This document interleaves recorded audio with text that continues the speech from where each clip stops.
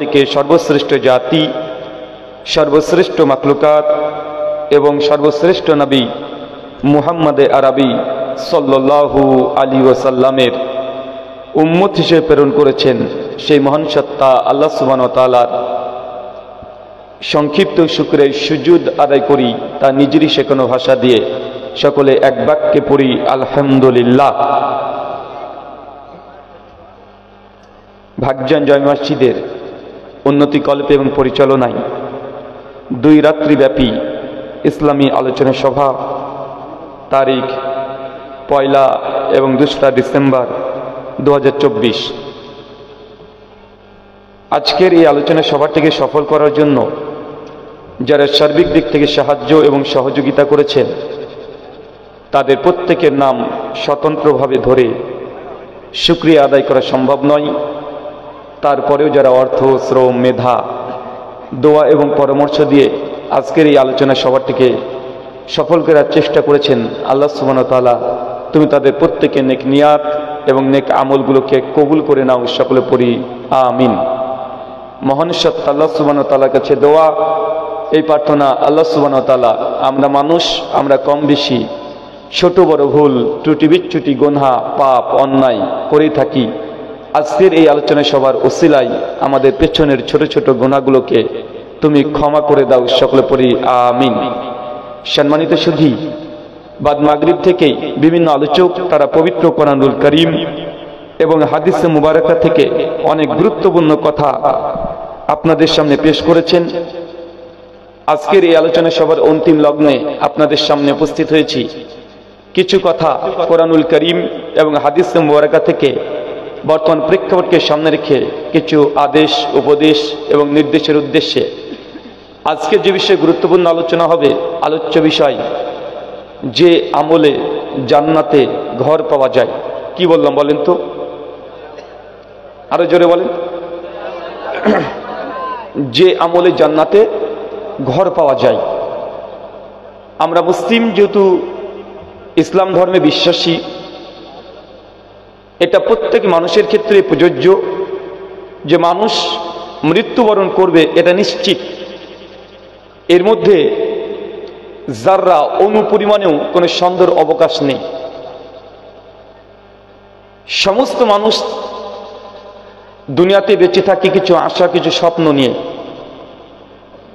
আজকে আপনি আছেন, আপনি সবসময় ভবিষ্যতে পরিকল্পনা করেন যে আপনি কি করতে চান, কি হতে চান, আপনি আপনার ছেলে মেয়েকে কি দেখতে চান। প্রত্যেক মানুষ নিজ নিজ একটা স্বপ্ন আছে। মানুষ ভবিষ্যৎ পরিকল্পনা করে, কিন্তু আমাদের যে ভবিষ্যৎ নির্ধারিত আছে সে ভবিষ্যৎ আমরা অনেক ক্ষেত্রে ভুলে যাই। সেটা হচ্ছে মৃত্যু। পৃথিবীতে এমন কোনো মানুষ নেই যার মৃত্যু হয় নাই। এমন কোন মানুষকে দেখেছেন? কথা বলেন। এমন কোনো মানুষকে দেখেছেন যার মৃত্যু হয় নাই? সে যত বড় বিজ্ঞানী হোক, সায়েন্টিস্ট হোক, গবেষক হোক, দার্শনিক হোক, মৃত্যু প্রত্যেক মানুষের কাছে কোনো একটা সময়ে চলে এসেছে। যতই চেষ্টা করেন না কেন, তারপরে মৃত্যুকে কেউ ধরে রাখতে পারে নাই। গোটা বিশ্বজগতের যিনি সবচাইতে বর্তমান প্রেক্ষাপটে সবচাইতে 1 নম্বর বৈজ্ঞানিক, সায়েন্টিস্ট মৃত্যুবরণ করেছেন, তার নাম অ্যালবার্ট আইনস্টাইন। গোটা বিশ্বজগৎকে তাক লাগিয়ে দিয়েছে। তার গবেষণা এত উঁচু মানের ছিল, তারপরেও আইনস্টাইন মৃত্যুবরণ করেছে কি করে নাই? মৃত্যুবরণ করেছে। আসলে অনেক ক্ষেত্রে আমরা নিজেদের জীবনের চূড়ান্ত বাস্তবতাকে আমরা ভুলে যাই। এই দুনিয়ার ক্ষণস্থায়ী সামান্য পরিমাণের কিছু লোভ লালসা, ভালো লাগার কারণে বাস্তব যে জীবন আমাদের, একজন প্রত্যেক মানুষকে চলে যেতে হবে, এটা আমরা ঘুণাক্ষরেও কখনো চিন্তা করি না। আর চিন্তা করলেও খুব বেশিক্ষণ আমরা মনে রাখতে চাই না। কেন?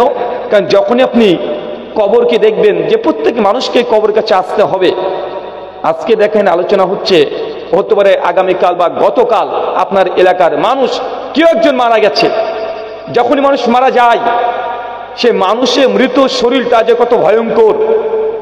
মানুষ যখন মারা যায়, রূহ যখন বিচ্ছিন্ন হয়ে যায় শরীর থেকে, মৃত মানুষটা যে কত ভয়ঙ্কর হতে পারে আপনি তখন বুঝতে পারবেন। আপনি যে স্ত্রীকে সারা জীবন একই সঙ্গে ছিলেন, যদি আপনার স্ত্রী আজকে মৃত্যুবরণ করে রাত্রিবেলায়, সারা রাত যদি আপনাকে বলা হয় যে আপনি পাহারা দেন, বাড়িতে কেউ থাকবে না, মৃত স্ত্রীর পাশে বসে সারা রাত পাহারা দেন, দেখবেন আপনার স্ত্রীকে রাতে যখন পাহারা দিবেন হঠাৎই কেমন একটা ভয় ভেতর কাজ করবে। করবে কি করবে না?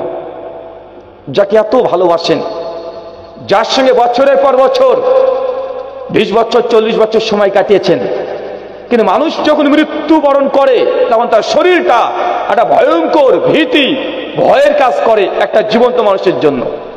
অথচ সে মানুষের সঙ্গে আপনি সময় কাটিয়েছেন, ভালোবাসার মানুষ ছিল, কলিজার টুকরা ছিল, তারপরে মানুষ ভীত সন্ত্রস্ত হয়ে যায়। এটা হচ্ছে বাস্তবতা। চলেন আজকে যে বিষয়ে আপনাদের সামনে আলোচনা করব, আলোচ্য বিষয় যে আমলে জান্নাতে ঘর পাওয়া যায়। আচ্ছা, আপনারা বিশ্বাস করেন জান্নাত জাহান্নাম আছে? বিশ্বাস করেন? অনেক মানুষের মধ্যে সংশয় সন্দেহ কাজ করে, জান্নাত আছে তো, জাহান্নাম আছে তো। বর্তমান সাইকোলজিস্ট, মনোবিজ্ঞানী তারা বলছে প্রত্যেক মানুষের মধ্যে কমন কিছু লোভ লালসা কাজ করে। প্রত্যেক মানুষের মধ্যে লোভ আছে, লালসা আছে। কিসের? অর্থ, টাকা পয়সা, বাড়িঘর, সম্পদ, সম্পত্তি, ক্ষমতা, পাওয়ার, এটা প্রত্যেকটা মানুষের একটা লালসা। এর জন্য বেশি কিছু আপনাকে চেষ্টা করতে হবে না। আপনার 10 বছর বা 12 বছর একটা ছেলে আছে, তাকে আপনি কালকেই ওই কালিয়া চকি নিয়ে চলে যাবেন, ঘুরতে যাবেন। ছোট্ট ছেলে, 7, 8, 10 বছর বয়স, কিছু বুঝে না, টাকা কি এটাই বুঝে না। যখন বড় বড় বিল্ডিং দেখবে, আপনার ছেলেটা দেখবেন আপনাকে হঠাৎই বলে উঠবে যে বাবা, কবে আমাদের অত সুন্দর উঁচু উঁচু বিল্ডিং কবে আমাদের হবে? এই প্রশ্ন করে কি করে না? করে। ছোটতে আপনিও, আপনার বন্ধুর যদি বড় বাড়ি থাকে, 2 তলা 3 তলা বিল্ডিং থাকে, আপনার মনে মধ্যে একটা স্বপ্ন, যদি আমাদের এমন একটা বাড়ি হতো, যদি এমন একটা বাড়ি আমাদের থাকতো। ভাই বলেন তো, এমন আশা আকাঙ্ক্ষা থাকে কি থাকে না? প্রত্যেক মানুষের থাকে। এটা ফিতরাত, এটা আপনার হৃদয়ে আল্লাহ সুবহানাহু ওয়া তাআলা দিয়ে রেখেছেন। এই লালসা প্রত্যেক মানুষের অন্তরে কাজ করে। জামে তিরমিজি হাদিস নম্বর 3550, আল্লাহ নবী বলছেন আমার উম্মতের গড় বয়স 60 থেকে 70। কত বছর? আরো জোরে বলেন। 60 থেকে 70 উম্মতের গড় বয়স। মানে এর মধ্যে মানুষ মৃত্যুবরণ করবে। কেউ একটু বেশি বাঁচতে পারে, কেউ একটা কম বাঁচতে পারে, তবে এভারেজ 60 থেকে 70 মানুষের গড় বয়স। আচ্ছা, মার্ক জুকারবার্গকে চেনেন? হ্যাঁ, মার্ক জুকারবার্গকে চেনেন না? দেখেন, ওটা বলে দিয়েছে মিডিয়া। ফেসবুক চালান? কার কার ফেসবুক প্রোফাইল আছে একটু হাত তোলেন তো দেখি। তোলেন। এই ভাই, এ কি অবস্থা রে ভাই? এই হাত তুলতে আপনাকে কি পা ধরতে হবে আমাকে? কার কার ফেসবুক আছে হাত তোলেন। মাশাআল্লাহ, হাত নামান। আচ্ছা, ফেসবুক এটা আবিষ্কার কে করেছেন? Mark Zuckerberg. 2004 সালে ফেব্রুয়ারি মাসে প্রথম ব্যবসায়ীভাবে ফেসবুককে গোটা বিশ্ব জগতে তারা পাবলিশ করেছে। মার্ক জুকারবার্গ 2 বছর আগে একটা টুইট করে জানিয়েছে যে তাদের উদ্দেশ্য ছিল গোটা বিশ্ব জগৎকে, মার্ক জুকারবার্গ তাদের পুরো বায়োডাটা, ডাটা সব তাদের কাছে রাখবে। আচ্ছা, মার্ক জুকারবার্গ কোন ধর্মের মানুষ বলেন তো? ইহুদি ধর্মের। কোন ধর্মের কথা বলেন? ইহুদি ধর্মের প্রতিষ্ঠাতা মার্ক জুকারবার্গের এটা তার ইচ্ছা যে গোটা বিশ্ব জগতের মানুষের সমস্ত ডাটাবেস যা আছে, সমস্ত তথ্য তাদের হাতের মধ্যে রেখে দিবে। ভাই বলেন তো, এখন পেরেছে কি পারে নাই? মাত্র কয়েক বছর আগেকার রিপোর্ট বলছে গোটা বিশ্ব জগতের মানুষের সংখ্যা প্রায় 800 কোটি, আর 800 কোটি মানুষের মধ্যে প্রায় 550 কোটি মানুষের এখন ফেসবুক প্রোফাইল আছে। মানে 550 কোটি মানুষ ফেসবুক এখন ব্যবহার করছে। তার মানে বুঝতে পারছেন যে গোটা বিশ্বের মানুষ তার যে স্বপ্ন, সেই স্বপ্নকে পূরণ করছে। মানে আমার বলার উদ্দেশ্য এটা নয় যে ফেসবুকের প্রোফাইল কত। মার্ক জুকারবার্গ যে কথাটা সবচেয়ে ভয়ঙ্কর দিয়েছে, সেই কথা হচ্ছে এটা, প্রত্যেক মানুষ যাদের সোশ্যাল মিডিয়া প্ল্যাটফর্ম আছে, হতে পারে ফেসবুক, ইউটিউব, টুইটার, হোয়াটসঅ্যাপ, বিভিন্ন রকমের মেসেঞ্জার গ্রুপ, বিভিন্ন রকমের টিকটক বা রিলস, টোটালি যারা এই মাল্টিমিডিয়া সেটগুলো ব্যবহার করছে, তারা কমপক্ষে প্রতিদিন 4 থেকে 5 ঘন্টা সময় সোশ্যাল মিডিয়ায় ব্যবহার করে। কত ঘন্টা? আরো জোরে বলেন। ভাই, আমার একটা সমস্যা আছে।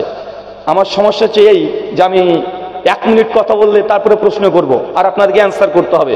মানে আমি একা একা বকে চলে যাবো এমনটা নয়। মানে প্রত্যেক কথার দাড়ি যখন হবে আপনাকে যে প্রশ্ন ছুড়ে দেবো, আর আপনাকে মুখ খুলতে হবে। কথা কি বুঝতে পারলেন? মানে একা একা মরা মানুষের সামনে তো আলোচনা করতে বসে নাই, করেছি নাকি? না আপনাদের এলাকায় কেউ মারা গেছে আজকে? মানে দেখে মনে হচ্ছে আপনারা খুব অনেক বেশি ক্লান্ত, অনেক মনে হচ্ছে যে আপনারা হীনমন্যতে ভুগছেন, অনেক দুঃখে আছেন, কষ্টে আছেন। এমন কেন? আজকের আলোচনা সভা, এই আলোচনার সভাটা যা শেখার জন্য। কিসের জন্য কথা বলেন? শেখার জন্য, কিছু শিখবেন এই জন্য। আর বর্তমান মনোবিজ্ঞানী তারা বলছে, যার বিশেষজ্ঞ, একজন স্টুডেন্ট আর শিক্ষকের সঙ্গে যতক্ষণ কানেকশন থাকবে মাত্র 40 থেকে 45 মিনিট, এর বেশি শিক্ষক যদি আলোচনা করে ছাত্র ব্রেনে ধরে রাখতে পারবে না। কিন্তু আমাদের সমস্যা, গোটা বিশ্ব জগতে দেখেন যারা আলোচনা করে, মোদিজি ক ঘন্টা আলোচনা করে? গোটা ভারতবর্ষ 140 কোটি মানুষের জন্য ভাষণ দেয়, কত minute? 15 minute, 20 minute. Donald Trump 5 থেকে 7 মিনিট। চিন্তা করতে পারছেন? কিন্তু আমরা হুজুর, আমরা বক্তা, আমাদের 2 ঘন্টা না হলে গিয়ারে উঠে না। বিশ্বের কোনো মানুষ এত লম্বা ভাষণ দেয় না। স্কুল থেকে ইউনিভার্সিটি 35 থেকে 45 মিনিট, এর বেশি তারা আলোচনা করে না। কেন? কারণ মানুষের যে নিউরন 45 মিনিটের বেশি সে ধারণ করতে পারবে না। আমি বকেই যাব, আপনি প্রথম 20, 30, 40 মিনিট আমার সঙ্গে সংযোগ থাকবে, তারপরে যত কথা বলবো অতিরিক্ত কথাগুলো সবগুলো আপনি ভুলে যাবেন। দিন শেষে এটা হবে যে ভাই আলোচনায় কি শিখলেন? বলবেন যে আলোচনা তো খুব সুন্দর হয়েছে, কি যে শিখেছি। যদি আপনাকে এখনই বলি যে মাগরিবের পর থেকে আলোচনা হচ্ছে, কি শিখেছেন? 3টে জিনিস বলবেন যে আজকে শিখতে পেরেছেন। ভাববেন তাই তো, আলোচনা তো শুনলাম, কি যে শিখলাম। মূল কথা হচ্ছে আমরা ভুল করি সব জায়গাতে। মুসলমান আমরা ভুল করছি। গোটা বিশ্বের ইউনিভার্সিটি যেগুলো দেখেন 45 মিনিট বেশি ক্লাস নেয় না। কেন? এর বেশি ক্লাস নিলে আপনি ধরে রাখতে পারবেন না। আজ শিক্ষকের সঙ্গে ছাত্রর যত দ্রুত কানেকশন থাকবে, শিক্ষক যখন কথা বলে ছাত্ররা যদি অ্যান্সার করে, ওই ছাত্র দ্রুত গতিতে তার মুখস্থ বৃদ্ধি পাবে। কিন্তু আমরা কথা বলতে চাই না। আপনি আমার কথা শুনছেন, মন চলে গেছে ব্যবসা করতে, মন চলে গেছে গার্লফ্রেন্ডের কাছে, আছে না? কথা বলেন। তাই কথা বলতে হবে। মার্ক জুকারবার্গ বলছে গোটা বিশ্ব জগতে প্রত্যেক মানুষের সোশ্যাল মিডিয়া প্ল্যাটফর্ম ব্যবহার করে 4 থেকে 5 ঘন্টা তারা সময় ব্যয় করছে সোশ্যাল মিডিয়াতে। কত ঘন্টা? কথা বলেন। 4 থেকে 5 ঘন্টা। একটা মানুষের হায়াত যদি 60 বছর হয়, আল্লাহ নবী বলছেন 4 ঘন্টা ধরে নিলাম আপনি সোশ্যাল মিডিয়া ব্যবহার করছেন। আচ্ছা নিজেকেই আপনি বিচার করে দেখেন তো, প্রতিদিন 4 ঘন্টা আপনি ফেসবুক সোশ্যাল মিডিয়া ব্যবহার করেন কি করেন না? করেন। নিজেকে দিয়ে বিচার করেন। আচ্ছা এই জনতা যতজন আছেন, কেউ একজন হাত তুলে বলতে পারবেন যে আপনার সোশ্যাল মিডিয়া প্ল্যাটফর্ম আছে কিন্তু রাত্রিরাতে ঘুমানোর পূর্বে 10-15 মিনিট ব্রাউজিং না করে কোনোদিন ঘুমিয়েছেন? এমন কোনো মানুষ আছেন? হাত তোলেন তো। মোবাইল আছে? কি মোবাইল? সোশ্যাল মিডিয়া আছে? কি আছে তোমার? সোশ্যাল মিডিয়া প্ল্যাটফর্মগুলো আছে? ফেসবুক আছে? ইউটিউব তো থাকবে স্বাভাবিক। মানে একজন, আর কেউ আছে? যে রাত্রে তো ঘুমাচ্ছেন অথচ সোশ্যাল মিডিয়াকে একবার আপনি সার্চিং করেন না, একবার ব্রাউজিং করেন না। চিন্তা করে দেখেন, এখানে কয়েক শত মানুষ আছে, তার মধ্যে একজনকে পাওয়া যাচ্ছে যে রাত্রিবেলাতে সোশ্যাল মিডিয়া প্ল্যাটফর্মগুলোকে ব্যবহার করছে না। মায়েদেরকে উদ্দেশ্য করে যদি কথা বলি যে আপনার সন্তান 1 বছর, 2 বছর, 5 বছরের সন্তান, আপনার ছেলেকে যখন আপনি খাওয়াচ্ছেন সেই সময় আপনার ছেলেটা মোবাইল দেখে না, না দেখে খাবার খায়, এমন কোনো মাকে খুঁজে পাওয়া যাবে না। তার মানে বোঝা যাচ্ছে কি, যে এই প্ল্যাটফর্মগুলো, মিডিয়াগুলোকে আমরা ব্যবহার করি না। মোবাইল আমরা ব্যবহার করি না, মোবাইল আমাদেরকে ব্যবহার করছে। এখন ব্যবহার করছে কি করছে না? মোবাইল আমাদেরকে ব্যবহার করছে। 1 ঘন্টা যদি ইন্টারনেট না থাকে মানুষ পাগল হয়ে যায়। মানে কি হলো, মানে বুঝতে পারে না। সবচেয়ে বড় ভয়ঙ্কর কথা হচ্ছে এটা, প্রত্যেক মানুষ যদি প্রতিদিন 4 ঘন্টা সোশ্যাল মিডিয়া প্ল্যাটফর্ম ব্যবহার করে, একজন মানুষ প্রতিদিন কমপক্ষে ঘুমান কত ঘন্টা? চাচা ক ঘন্টা ঘুমান? 6 ঘন্টা ঘুম। ঘুমের আগে 1 ঘন্টা পরিপাটি করেন, ঘুম থেকে উঠে আরো 1 ঘন্টা, মানে 8 ঘন্টা প্রতিদিন সময় দেন শুধু ঘুম পারপাসে। আর 4 ঘন্টা যুক্ত করেন সোশ্যাল মিডিয়াতে, মানে 12 ঘন্টা।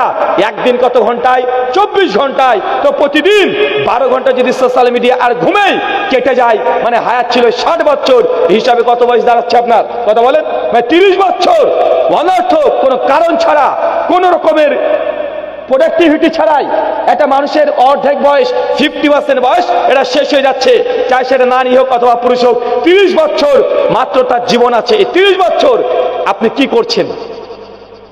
জামে তিরমিজি হাদিস 1724, আল্লাহ নবী বলছেন প্রত্যেক মানুষকে কিয়ামতের মাঠে 5টা প্রশ্ন করা হবে। এই 5টা প্রশ্ন যতক্ষণ অ্যান্সার না করবেন আপনাকে এক ধাপ আল্লাহ সুবহানাহু ওয়া তাআলার সামনে এগোতে দেবে না। প্রত্যেক মানুষকে, যতজন আছে নবী আদম থেকে শেষ মানুষ পর্যন্ত প্রত্যেককে 5টা প্রশ্ন করা হবে। প্রথম, আন উমুরিহিম, তোমাকে যে হায়াত দিয়েছিলাম, বয়স দিয়েছিলাম, 60 বছর তুমি পেয়েছিলে, এই 60 বছর কোন খাতে ব্যবহার করেছো, প্রত্যেক সেকেন্ডের কড়াই গন্ডা হিসাব নেওয়া হবে। আজকে যারা মেলা খেলা দেখছে চতুর্দিকে, এই সেকেন্ডের কিয়ামতের মাঠে আপনাকে হিসাব দেওয়া লাগবে যে আল্লাহ আপনাকে সময় দিয়েছে, এই সময় কোন খাতে ব্যবহার করেছেন, এই হিসাব দেওয়া লাগবে। এখন বলেন আপনি হিসাব দেওয়ার জন্য প্রস্তুতি আছে কি নেই? হিসাব দিতে পারবেন? এটা আল্লাহ দিয়েছেন সময়। টাইম কি সময়, এত গুরুত্ব সময়ের। আল্লাহ কোরআন মাজিদে বারবার সময় কিনে কসম কেটেছে। আর আল্লাহ কোন জিনিসের কসম কাটা মানে এর মাকাম মর্যাদা কত বিশাল আপনি কল্পনা করতে পারবেন না। ওয়াল আসরি, সময়ের শপথ, ওয়াল ফাজরি, ফজরের শপথ, ওয়াল আসর, অনেক জায়গাতে আল্লাহ সময় কিনে কসম কেটেছে। কেন? সময় অনেক মূল্যবান, অনেক মূল্যবান, কিন্তু আমরা সময়কে গুরুত্ব দিচ্ছি না। 60 বছরের 30 বছর অনর্থক সময় কেটে যাচ্ছে। 30 বছর কি করেন? বয়সের 3টে ভাগ, মোটামুটি 15 বছর পর্যন্ত পড়াশোনায় এগুলো নিয়ে ব্যস্ত। 15 থেকে 25 পর্যন্ত 10 বছর একটাই টার্গেট, শুধুমাত্র ছেলেরা মেয়ের পেছনে ছুটবে, মেয়েরা ছেলে পেছনে ছুটবে। একটাই টার্গেট, তুমি কটা মেয়েটাকে পটাতে পেরেছো, মেয়ে কটা ছেলেকে ফাঁসাতে পেরেছে, এটা নিয়ে শুধু প্রতিযোগিতা। আছে না নাই কথা বলেন? 25-এর পর যখন ম্যারিড লাইফ হয়ে যাচ্ছে, ব্যাচেলার লাইফ থেকে যখন ম্যারিড লাইফ, বৈবাহিক জীবন যখন চলতে শুরু করেছে, 25 থেকে একদম তড়িৎ গতিতে একটাই টার্গেট, টাকা রোজগার করবো কিভাবে, যে কোনো মূল্যে টাকা রোজগার করতে হবে, হালাল হারাম বিচার করার দরকার নেই, যে কোনো মূল্যে টাকা উপার্জন করতে হবে। 25 থেকে 40 বছর এটাই একটা মানুষের টার্গেট থাকে। 40 পার ছেলেমেয়ের বিয়ে দিতে হবে, এটা করতে হবে, বয়স শেষ। আপনার জীবন হচ্ছে 3টে পর্যায়ে, এই 3টে পর্যায়ে আপনার বয়স 25 থেকে 40, টার্গেট একটা টাকা রোজগার করতে হবে। কেন? আমার বাড়িতে ঝড় হয়েছে বছরে, সামনে বছর ছাদ দিতে হবে, এটা আপনার টেনশন। সামনে বছর ছাদ দিয়ে দিয়েছেন, পরের বছর যদি একটু প্রাচীর দিয়ে ঘিরে দিতে পারতাম। প্রত্যেক বছরে লোভ লালসা বাড়ি নির্মাণ করছেন কি করছেন না কথা বলেন তো? এটা কি আপনার বাস্তব জীবনে ঘটছে? ঘটছে। এবছর প্রাচীর দেওয়া হয়ে গেছে, যদি প্লাস্টার করতে পারতাম, তারপরে বছর প্লাস্টার, তারপরে বছর যদি টাচ দিতে পারতাম। একটার পর একটা স্বপ্ন আপনি দেখেই চলেছেন, দেখতে দেখতে দেখতে দেখতে কবে আপনি কবরে চলে যাবেন, এটা আপনার টার্গেট। মানুষ, প্রত্যেক মানুষের বাড়ি তৈরি করে একটা লালসা, লোভ, এটা অটোমেটিক্যালি দিয়ে দিয়েছে। কেন? কারণ আমরা আল্লাহ সুবহানাহু ওয়া তাআলা আমাদের আদি পিতা নবী আদম, মনে পড়ছে নামটা? চাচা, আদম নবীর কথা জানেন? আল্লাহ সুবহানাহু ওয়া তাআলা নবী আদমকে আর তার স্ত্রী হাওয়াকে ওরা জান্নাত দিয়ে দিয়েছিলেন। যাও, যেখানে ইচ্ছে সেখানে যাও, যা মন চায় খাও, পান করো, এনজয় করো গোটা জান্নাতকে। গাছের কাছে যাবে না, একটাকে নিষেধ করেছে। কিন্তু ওই নিষেধকে লঙ্ঘন করে ওই গাছের নিকটে যাওয়ার কারণেই আল্লাহ সুবহানাহু ওয়া তাআলা দুনিয়াতে আমাদেরকে পাঠিয়ে দিয়েছে। জান্নাতে আমাদের পিতামাতার সম্পত্তি পড়ে আছে না নাই বলেন তো? নবী আদম যদি আমাদের পিতা হয়, আল্লাহ যদি গোটা জান্নাতটা দিয়ে দেয়, তো জান্নাতে আমাদের জমি আছে না নাই বাপদাদাদের? কথা বলেন, আছে তো? ওই জান্নাতে যদি আপনি যান, জান্নাতে আমাদের পিতামাতার ঘরও আছে, জমি আছে। কিন্তু জমির জন্য দলিল লাগবে কি লাগবে না? লাগবে। এই দুনিয়াতে এসেছি এই দলিল রেকর্ড রেডি করার জন্য। অনর্থকে এই দুনিয়াতে আল্লাহ আমাদেরকে প্রেরণ করেন নাই। ওই জমি আছে, ওখানে আপনাকে কিছু কাজ করতে হবে, কর্ম করতে হবে, তবেই ওই দলিল আপনি হাতে পাবেন, কিয়ামতের মাঠে জান্নাতে ঘর পাবেন, নচেত না। চলেন আলোচ্য বিষয়, যে আমলে জান্নাতে ঘর পাওয়া যায়। 3 জন এমন মানুষ দুনিয়াতে এসেছিলেন। কয়জন? 3 জন, যাকে আল্লাহ জীবিত অবস্থায়, দুনিয়াতে থাকা অবস্থায় জান্নাতে ঘর পাবে একদম কনফার্ম করে জানিয়ে দিয়েছেন। কোরআনের আয়াতও আছে, হাদিসও আছে। 3 জন ব্যক্তি। কয়জন ব্যক্তি বলেন তো? আচ্ছা, কি একজন বলতে পারবেন? হাত তোলেন। একজন হচ্ছে হযরত বেলাল।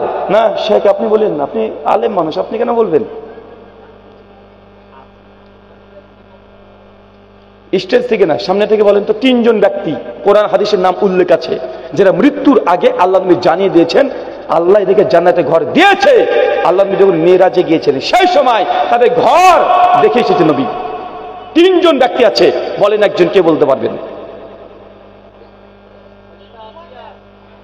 সুমাইয়া, আসিয়া, আপনি বেলাল, 3টে নাম চলে এসছে অলরেডি।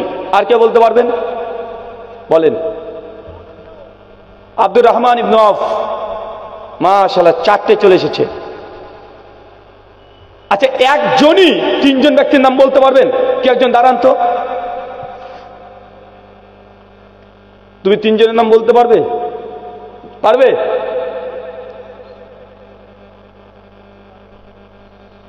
বলো তো একটা। আসিয়া, হ্যাঁ চাচা আপনি বলবেন? বলেন তো। ওমরে ফারুক, সুমাইয়া আর আসিয়া। চাচার উত্তর একদম 100% ভুল। চাচা বসেন। আপনারা কে বলতে পারবেন না? কে? এর আগে উত্তরটা শুনেছি নাকি? হ্যাঁ দেন তো। খাদিজা রাদিয়াল্লাহু আনহা, হযরত আসিয়া এবং ওমর ইবনুল খাত্তাব। মাশাআল্লাহ, 3 জন বলেছেন। চাচা আপনিও বলবেন? এই তো আমি এগুলোতে চাই চাচারা বলুক। চাচা বলেন, হবে? কি বলছে একটু মুকাব্বির বানেন তো, কি বলছে চাচা?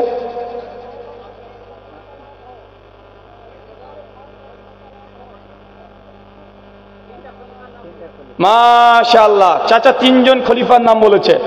চাচা বসে পড়েন। উত্তর ভুল হয়েছে।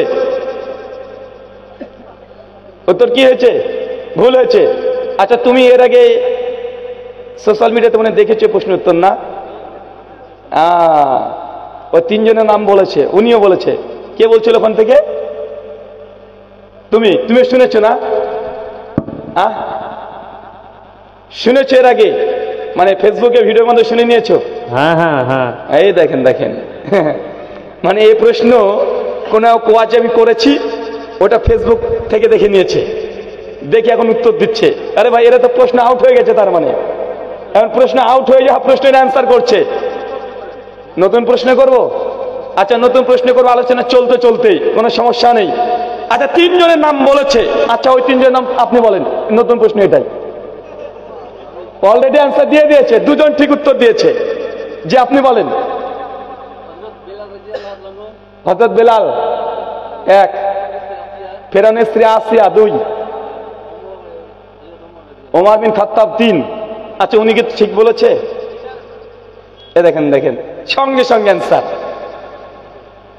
নতুন এখন যতজনকে বললাম, আচ্ছা নতুন ইনি ঠিক বলেছেন আর উনিও ঠিক বলেছেন, হযরত আবু বকর রাদিয়াল্লাহু আনহু। আচ্ছা, আপনাদের নতুন কে একজন বলতে পারবেন? চট করে দাঁড়িয়ে বলেন তো। কে? তুমি বলবে? কি আবার? বসে পড়ো তাহলে। আচ্ছা, আপনারা বলেন। ইনশাআল্লাহ একটা জিনিস শিখে যেতে হবে। মানে এই যে আমি ইচ্ছা করলে বলে দিতে পারতাম, কেন? প্রেশার ক্রিয়েট করছে আপনার উপরে, মানে আপনার ব্রেনের উপরে প্রেশার ক্রিয়েট করছি। আজকে যখন ব্রেনকে চাপ দিবেন এই অ্যান্সারটা বের করার জন্য, স্মরণ করবেন, ইনশাআল্লাহ মৃত্যুর আগের মতো অ্যান্সারটা মনে থাকবে আপনার, ইনশাআল্লাহ। দেখেন, ওদেরকে হয়তো এইভাবে শুনেছে, ওদের মনে আছে। কবে হয়তো আলোচনা সোশ্যাল মিডিয়া থেকে এই প্রশ্নটা শুনে নিয়েছে, মনে আছে। আপনাদের প্রত্যেকের থাকবে। আরেকজন চট করে দাঁড়িয়ে বলেন তো 3 জনের নাম। আসলে মুসলমানরা কথা বলতে শিখিনি এখনো। আরে ভুল ভাল বলেন, টাকা চাচ্ছি নাকি আপনার কাছ থেকে? ভুলটাই বলেন না। না আপনাকে ছড়ি দিয়ে মারছি না তো, ভুলটা বলেন, ইনশাআল্লাহ শিখে যাবেন। 1 আসিয়া, 2 বলো খাদিজা রাদিয়াল্লাহু আনহা, ওমর ইবনুল খাত্তাব। বলেন দেখি, পেছনে ক্যামেরা আছে। আবু বকর, উমর আর উসমান। মাশাআল্লাহ, বসে পড়ো। তার মানে এখন আপনাদের সংশয় কাজ করছে। 3 জন ব্যক্তিকে জান্নাতে আগে থেকে ঘর দিয়ে দেওয়া হয়েছে, আগে থেকে, মৃত্যুর আগে। এমনকি একজন ব্যক্তি প্রসঙ্গে বলা হচ্ছে মৃত্যুর আগে জান্নাতে ঘর কোনটা পাবে তাকে মৃত্যুর আগে দুই চোখ দিয়ে ওই ঘরকে দেখানো হয়ে গেছে। এক হচ্ছে আসিয়া, কি নাম বললাম? আরো জোরে বলেন। আসিয়া পরিচয় কি বলেন তো? ফেরাউনের স্ত্রী। তার মানে চিন্তা করতে পারছেন যে ফেরাউন কত বড় আল্লাহর ওলি ছিল, যে তার স্ত্রী জান্নাতে ঘর পেয়ে যাচ্ছে। চাচা ফেরাউনকে চেনেন? ফেরাউন সম্পর্কে জানা আছে? ফেরাউন সম্পর্কে যদি না জানেন, এক কথায় বায়োডাটা, গোটা বিশ্বের মধ্যে সবচেয়ে পাপী, খারাপ, বদ মানুষ কেউ যদি হয়ে থাকে, সবচেয়ে বড় বদ মানুষ তার হচ্ছে ফেরাউন। মানে আমাদের মোদিজি তার কাছে বাচ্চা, বুঝতে পারলে না? মোদিজির যোগী যা আছে মনে হচ্ছে এরা কত বড় জালেম, আরে এরা হচ্ছে শিশু বাচ্চা ফেরাউনের কাছে, এত বড় জালেম ছিলেন।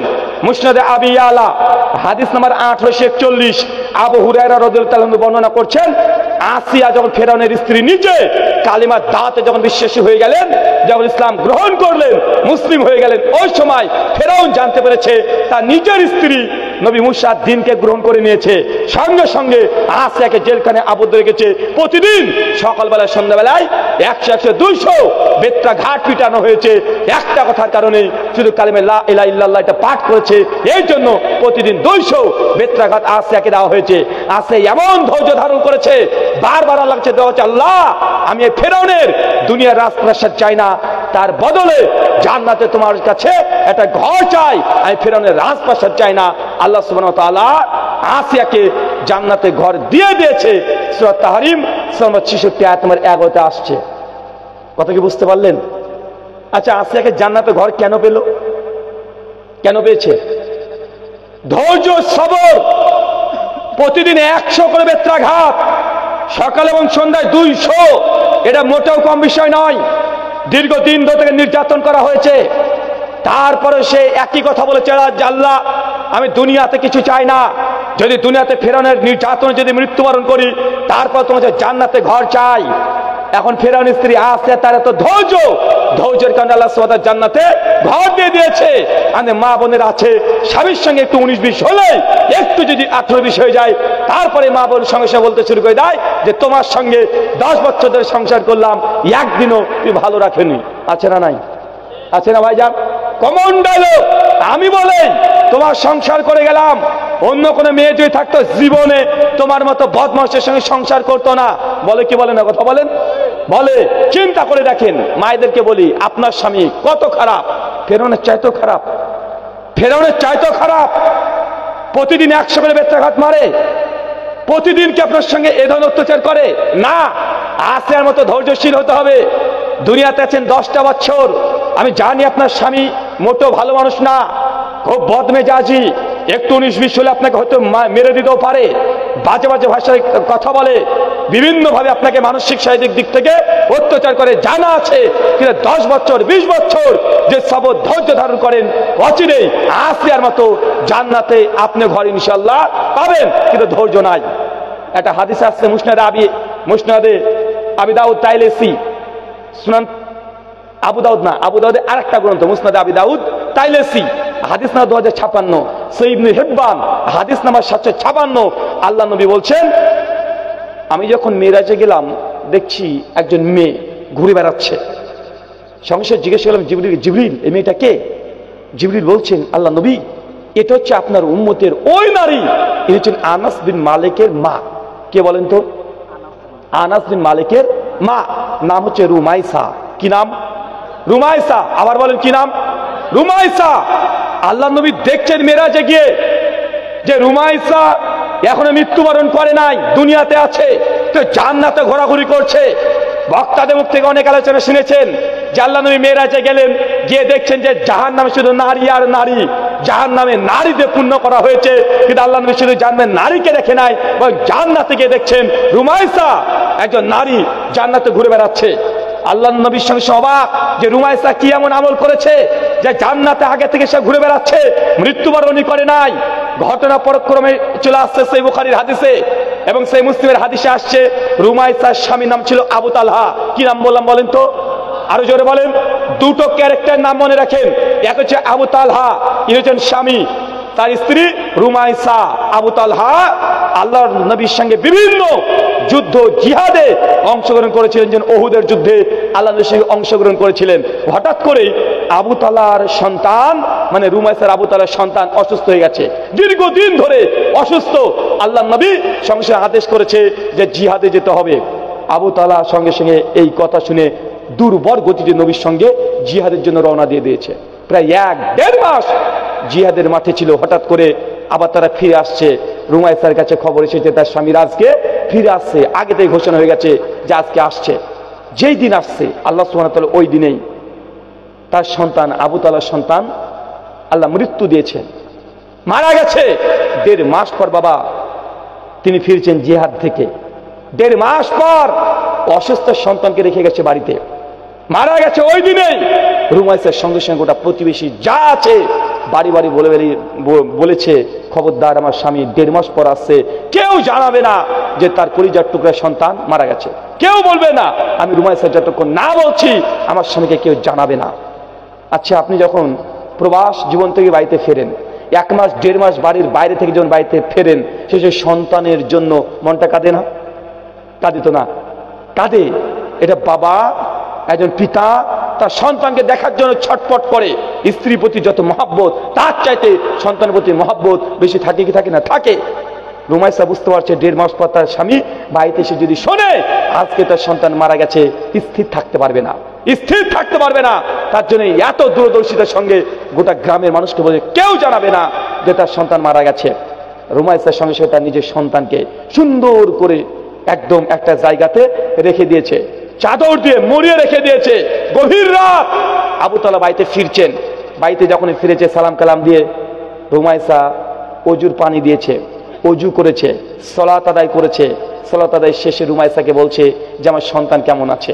রুমাইসা উত্তর দিয়ে বলছে যে আপনি আপনার ছেলেকে যে অবস্থা রেখে গেছিলেন অনেক কষ্টে ছিল, আলহামদুলিল্লাহ আল্লাহ তাকে এখন অনেক অনেক ভালো রেখেছে আমি আশা করি। আবু তালহা মনে করলেন তার সন্তান মনে সুস্থ হয়ে গেছে। রুমাইসা বলছে ওই দেখেন আপনার সন্তান এখানে শুয়ে আছে। আবু তালহা কথাটাকে অন্যভাবে নিয়েছে যে অসুস্থ ছিল, ভালো হয়ে গেছে, আলহামদুলিল্লাহ, ছেলে ঘুমাচ্ছে। তুই দেখার প্রয়োজন বোধ আর মনে করেননি, ছেলে ভালো আছে শুনে খুশি। সঙ্গে সঙ্গে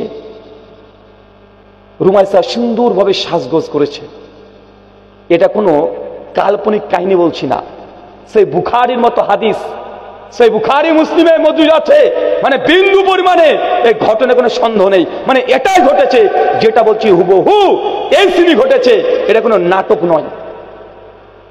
রুমাইসা সুন্দর করে সেজেছে, স্বামী অনেকদিন পর বাড়িতে আসছে, বিছানা রেডি করে দিয়েছে। আবু তালহা বিশ্রাম নিচ্ছে বিছানায়, সঙ্গে সঙ্গে সুন্দরভাবে সেজে তার কাছে চলে গেছে। অনেকক্ষণ ধরে গল্প গুজব, বিভিন্ন রকমের গল্প গুজব করার পরে স্বামী স্ত্রীর সঙ্গে যে সম্পর্ক হয় ফিজিক্যাল, এটা হয়েছে।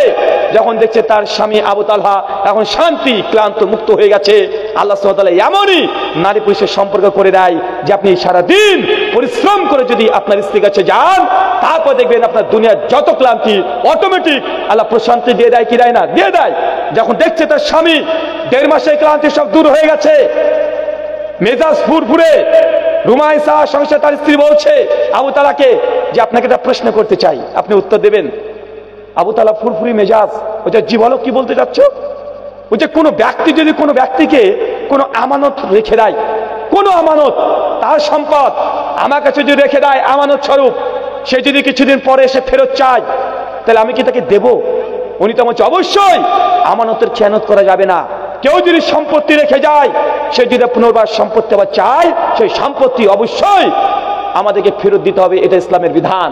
রুমাইসার সঙ্গে সে তার স্বামীকে বলছে যে আপনি শুনে রাখেন, আপনার সন্তান আল্লাহ সুবহানাহু ওয়া তাআলা আমাদেরকে আমানত স্বরূপ দিয়েছিলেন, আজকে আপনার সন্তানকে আল্লাহ সুবহানাহু ওয়া তাআলা নিয়ে নিয়েছে। আবু তালহা আপনি ধৈর্য ধারণ করেন, ধৈর্য ধারণ করেন। আবু তালহার কথা শুনে চট করে বিছানা থেকে লাফিয়ে উঠে বলছে কি বলছো? সন্তান মারা গেছে মানে? কখন মারা গেছে? তো সকালে। এতক্ষণ তুমি জানাওনি কেন? তুমি আমার সঙ্গে এত কিছু ঘটে গেল, কিছু তুমি জানাও নাই, আমার সন্তান মারা গেছে। ছুটে চলে গেছে মসজিদে, ফজরের ওয়াক্ত, নবীর সঙ্গে সালাত আদায় করছে ফজরের।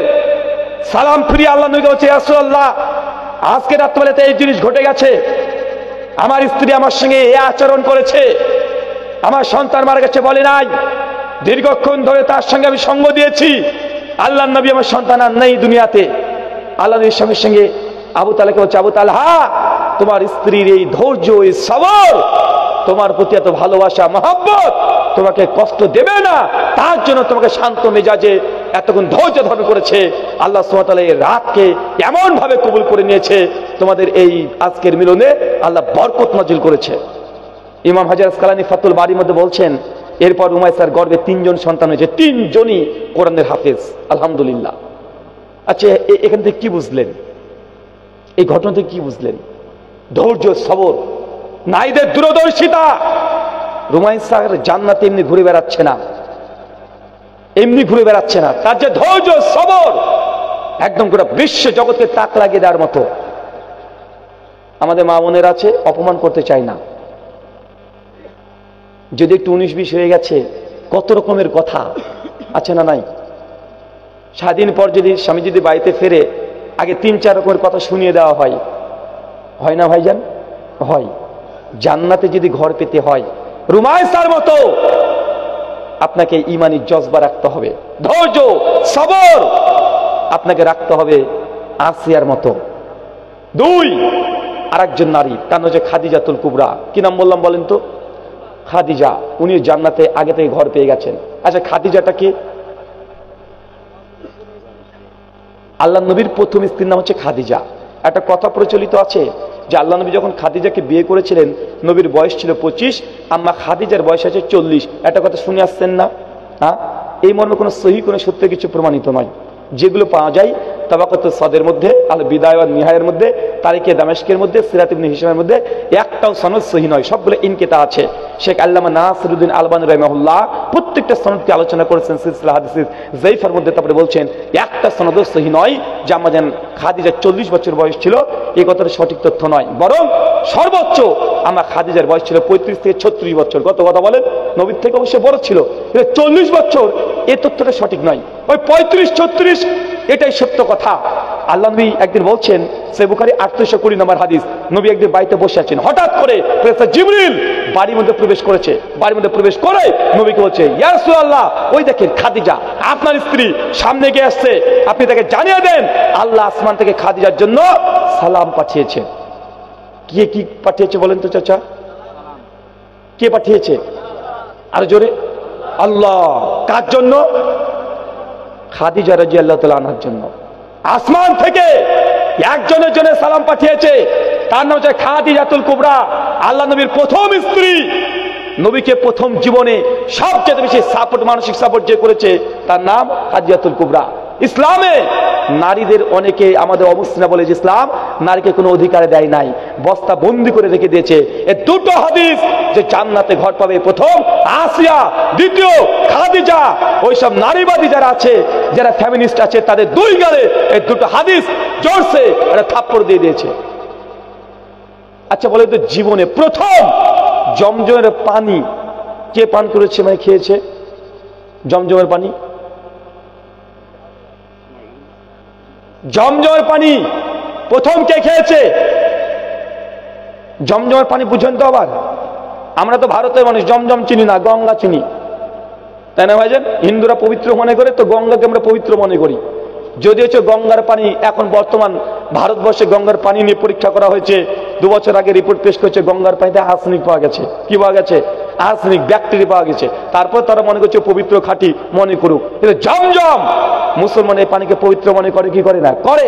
তো জমজম পৃথিবীতে প্রথম কে পান করেছে? হাজেরা আলাইহিস সালাম। কে নি? নবী ইব্রাহিমের স্ত্রী, একজন নারী। ওনার ওসিলায় প্রথম আল্লাহ জমজমের পানিকে উন্মুক্ত করে দিয়েছিলেন মরুভূমির মধ্যে।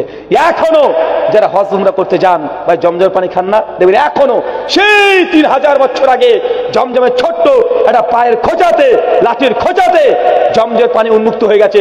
3000 বছর ধরে একইভাবে লক্ষ লক্ষ কোটি কোটি মানুষ ওই ছোট্ট কূপ থেকে অফুরন্ত পানি পান করে চলেছে, এখনো ফুরায় না। কোনো ব্যাকটেরিয়া, ভাইরাস কিচ্ছু আজ পর্যন্ত পাওয়া যায় নাই। কার ওসিলা? ওসিলা কার? হাজেরা আলাইহিস সালাম, একজন নারী। আচ্ছা, উম্মতের প্রথম ইসলামের জন্য টাকা খরচ করেছে দাওয়াতি কাজে একজন, তার নাম কি বলেন তো? কি রে ভাই, আপনারা এত ওয়াজ শুনেন, আপনারা আহলে হাদিস, প্রত্যেক জুমাতে বাংলাতে খুতবা হয়, একটু কথা বলতে হবে। বলেন প্রথম দাওয়াতি কাজ ইসলাম প্রচারে প্রথম টাকা কে ইনভেস্ট করেছে? একজন আবু বকর, একজন উসমান। আর আপনারা বলছেন কেন গো পেছন থেকে? ছেলেগুলো তো খুব দুষ্ট রে ভাই, বলেন পেছন থেকে বলেন। শুনেছি তোমাদের, মাশাআল্লাহ। প্রথম ইসলামের দাওয়াতি কাজে টাকা ব্যয় করেছে আম্মা খাদিজা। সেই সময় আবু বকর ঈমান আনেই নাই, ওসমান নিয়ে আসে নাই, আলী নিয়ে আসে নাই, কেউ নেই। হেরা গুহাতে আল্লাহ নবীর কাছে যখন প্রথম জিবরাইল আসে, নবী তো ভয়ে থরথর করে কাঁপতে শুরু করেছে। তিনি যে নবী হয়ে গেছেন তিনি বুঝতেই পারেন নাই। সহিহ বুখারী কিতাবুল ওয়াহির 7 নম্বর হাদিস, ভয়ে নবী বাইরে চলে এসেছে। আম্মা খাদিজা থেকে সঙ্গে সঙ্গে আল্লাহ নবীকে চাদর দিয়ে আটকে ধরে। তারপরে তিনি বুঝতে পারেন যে আল্লাহ নবীর কাছে এই জিনিস ঘটেছে। সঙ্গে সঙ্গে ওরা নাফলের কাছে নবীকে নিয়ে চলে গেছেন। অনেক জায়গায় প্রথম জীবনে আবু বকর, ওমর, ওসমান, আলী কেউ ছিল না, একজন শুধু আম্মা খাদিজা নবীর সঙ্গে মানসিক দিক থেকে সবসময় সাপোর্ট করেছে। আচ্ছা, ইসলামে প্রথম শহীদ হয়েছিল, ইসলামে প্রথম নাম কি? প্রথম হচ্ছে সুমাইয়া। দেখেন নারী, দেখেন নারীদের যে ইসলামে প্রথম জীবনে সবকিছুতে নারীরা প্রথম। আবার আমাদেরকে বলে যে নারীকে নাকি মুসলমানরা অধিকার দেয় না। কেন? আমাদের মা বোনদেরকে বলি যে বোরখা পরে চলবে। খবরদার, বদমাশগুলো যেন তোমাদের দিকে বাজে নজরে তাকাতে না পারে, এই যে বোরখা পরতে বলা হয়, এই জন্য তারা বলছে খবরদার, মুসলমান নারীকে অধিকার দেয় না। উলঙ্গ অবস্থায় যদি চলতে পারে এটাই নাকি অধিকার। চলছে না ভাইজান? আচ্ছা, অধিকার বলতে কি বুঝায় রে ভাই? অধিকার বলতে কি? অধিকার বলছে পশ্চিমা বিশ্ব, ব্রিটিশরা, পশ্চিমারা নারীকে অধিকার দিয়েছে। কি দিয়েছে? পোশাক পরে না, এটাই অধিকার। তাছাড়া কোন অধিকার আছে? পোশাক পরে না, মেয়েদেরকে বাড়ি থেকে বের করে চাকরি করাচ্ছে, এটা নাকি অধিকার। তাদেরকে পরিশ্রম করাচ্ছে, তাদের কাছে টাকা রোজগার করছে, এটা তো অধিকার নয়। নারীকে অতিরিক্ত তাদের উপরে প্রেশার ক্রিয়েট করা। আল্লাহ নবীকে সঙ্গে সঙ্গে জিবরিল বলছেন, আল্লাহ নবী যান, এটাও জানিয়ে দেন আল্লাহ সুবহানাহু ওয়া তাআলা খাদিজার জন্য জান্নাতে একটা ঘর তৈরি করে রেখে দিয়েছে। চাচা, কয়জনের নাম পেলেন? জান্নাতে ঘর আগে থেকে পেয়েছে, কয়জনের নাম পেলেন? এক আসিয়া, এক খাদিজা, আর একজন ওমর ইবনুল খাত্তাব। টোটাল কয়জন হলো? টোটাল কয়জন? টোটাল 3 জনকে আল্লাহ জান্নাতে আগে থেকে ঘর দিয়ে দিয়েছে। চলেন, এগুলো তোমরা শিখলাম বা বুঝলাম যে জান্নাতে আগে থেকে ঘর পাওয়া যায়। অনেক মানুষের মধ্যে একটা সংশয়, আচ্ছা জান্নাতে যে ঘর পাবে, জান্নাত যে আছে, জাহান্নাম যে আছে, কবর আযাব যে আছে, এটার প্রমাণ কি? কে দেখেছে? মরার পরে কে দেখে এসেছে যে কবরের আযাব হয়? আমি একদিন আলোচনা করছি, হঠাৎ করে প্রশ্নোত্তর পর্বে একজন যুবক চট করে দাঁড়িয়ে বলছে যে রুহুল আমিন ভাই, আপনার আলোচনা খুব ভালো লাগে, তবে আপনি যে কবরের আযাবের কথা বলেন না, এটা আমি বিশ্বাস করি না। আমি অবাক যে কবরে আযাব তুমি বিশ্বাস করো না? বলছে জি না। আজ কেন বিশ্বাস করো না? উনি আমাকে যুক্তি দিয়ে বলছে যে আমার ছোট থেকে খুব ইচ্ছা, বক্তারা বলে যে কবরে নাকি অনেক রকমের আযাব হয়। একটা সাপ কামড় দিবে, তার 70 খানা মাথা, একবার ছবল মারলে 70 বছর সে ব্যথা অনুভব করবে। কবরে নাকি এমন চাপ দিবে, তার ডান পাজর বাম পাজর দিকে চলে যাবে। অনেক রকমের শাস্তির কথা হুজুররা বলে, কিন্তু ছোট থেকেই আমার ইচ্ছা যে কবরে আযাব দেখবো। ও কবর আযাব দেখবে। ও আমাকে বলছে যে আমাদের বাড়ির পাশে একটা ফুটবলের ময়দান আছে, তার পাশে একটা কবরস্থান। তো ছোট থেকে আমি ফুটবল খেলি। ছোট থেকে মাঝে মাঝে জোরে ফুটবল যখন মেরে দেয় কেউ, ওই কবরের মধ্যে পড়ে যায়। ভয় আমার বন্ধুরা কেউ ওই গর্ত মানে কবরের মধ্যে নামে না। আমি বারবার ওই কবরের মধ্যে নেমে ওই ফুটবলটাকে তুলি, আর এবার তাকিয়ে তাকিয়ে দেখি কই কবর আযাব তো দেখা যায় না। বলছে দীর্ঘদিন ধরে আমি চেষ্টা করি কবরে আযাব দেখবো। হুজুররা বলে কবরে নাকি আযাব হয়। কই কবরে আযাব তুমি দেখতে পাই না, বুঝতে পারি না। আমি তাকে বললাম যে ভাই স্বপ্ন দেখো? উনি তখন বলছে হ্যাঁ স্বপ্ন দেখি। বা আপনারা স্বপ্ন দেখেন না? স্বপ্ন দেখি তো। আচ্ছা স্বপ্নতে এমন কোনদিন দেখেছেন? আচ্ছা স্বপ্নে কেউ মিষ্টি খেয়েছেন? মিষ্টি, স্বপ্নে মিষ্টি খেয়েছেন চাচা? আচ্ছা, স্বপ্নে মিষ্টি যখন খেয়েছেন, ওটাকে টক, ঝাল, নোনতা, স্বপ্নের মিষ্টি খেতে কেমন লাগে? কেন রে ভাই? বিজ্ঞান বা সায়েন্স আমাদেরকে বলছে জ্ঞান অর্জন করার 5টা মাধ্যম। ছোট অবস্থাতে উনি পড়াশোনা করেছিলেন। চক্ষু, কর্ণ, নাসিকা, জিহ্বা, ত্বক। মানে আপনি যে কোনো কিছু জ্ঞান অর্জন করবেন, এটা জানার জন্য 5টা ইন্দ্রিয় লাগে। যে কোনো একটা ইন্দ্রিয় লাগবে জ্ঞান হওয়ার জন্য। যেমন আপনি আজকে দেখছেন কোনো জিনিস, জ্ঞান অর্জন করলেন। একজন মানুষ দেখতে পায় না, কানা, অন্ধ, সে কিভাবে জ্ঞান অর্জন করে? শুনে শুনে। একজন মানুষ কোন জিনিসের সেন্ট কেমন, এটা কি চোখ দিয়ে দেখে বলতে পারবে? কথা বলে না। কি লাগবে? না, শুকে বলে দিবে। কোনটা যে ঝাল, কোনটা টক, কোন মানুষ চোখ দিয়ে দেখে বলতে পারবে? কান দিয়ে শুনে বলতে পারবে? কি লাগবে? জিহ্বা। কোনটা গরম, কোনটা ঠান্ডা, মানুষ চোখ দিয়ে দেখে বলতে পারবে না। এই জন্য ব্যথা অনুভব করবে কে? ত্বক। তো বিজ্ঞান আমাদেরকে বলছে, মডার্ন সায়েন্স বলছে, জ্ঞান হচ্ছে 5টা জিনিসের মাধ্যমে অর্জন করা যায়। এছাড়া কোনো জ্ঞান অর্জন করার মাধ্যম নাই।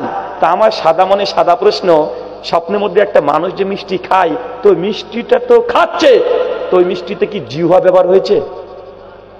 তা স্বপ্নের মিষ্টি লাগে কেন? স্বপ্নে মিষ্টি কেন টক লাগে না? কেন ঝাল লাগে না? আচ্ছা, স্বপ্নের মধ্যে আপনি কিছু শুনতে পান কি পান না? ধরেন আপনি স্বপ্নের মধ্যে একটা গাড়ি নিয়ে যাচ্ছেন, যখন গাড়ি স্পিডে চালাচ্ছেন, হঠাৎ করে গাড়িটা অ্যাক্সিডেন্ট করেছে, পড়ে গেছেন, পা কেটে গেছে, রক্ত বের হচ্ছে, প্রচন্ড ব্যথা, চিৎকার মারছেন বাঁচাও বাঁচাও করে। এমন ঘটে কি ঘটে না? কথা বলেন। স্বপ্নের মধ্যে যদি রক্ত বের হয়, পা কেটে যায়, মাথা ফেটে যায়, ভাই তখন আপনি কষ্ট পান কি পান না?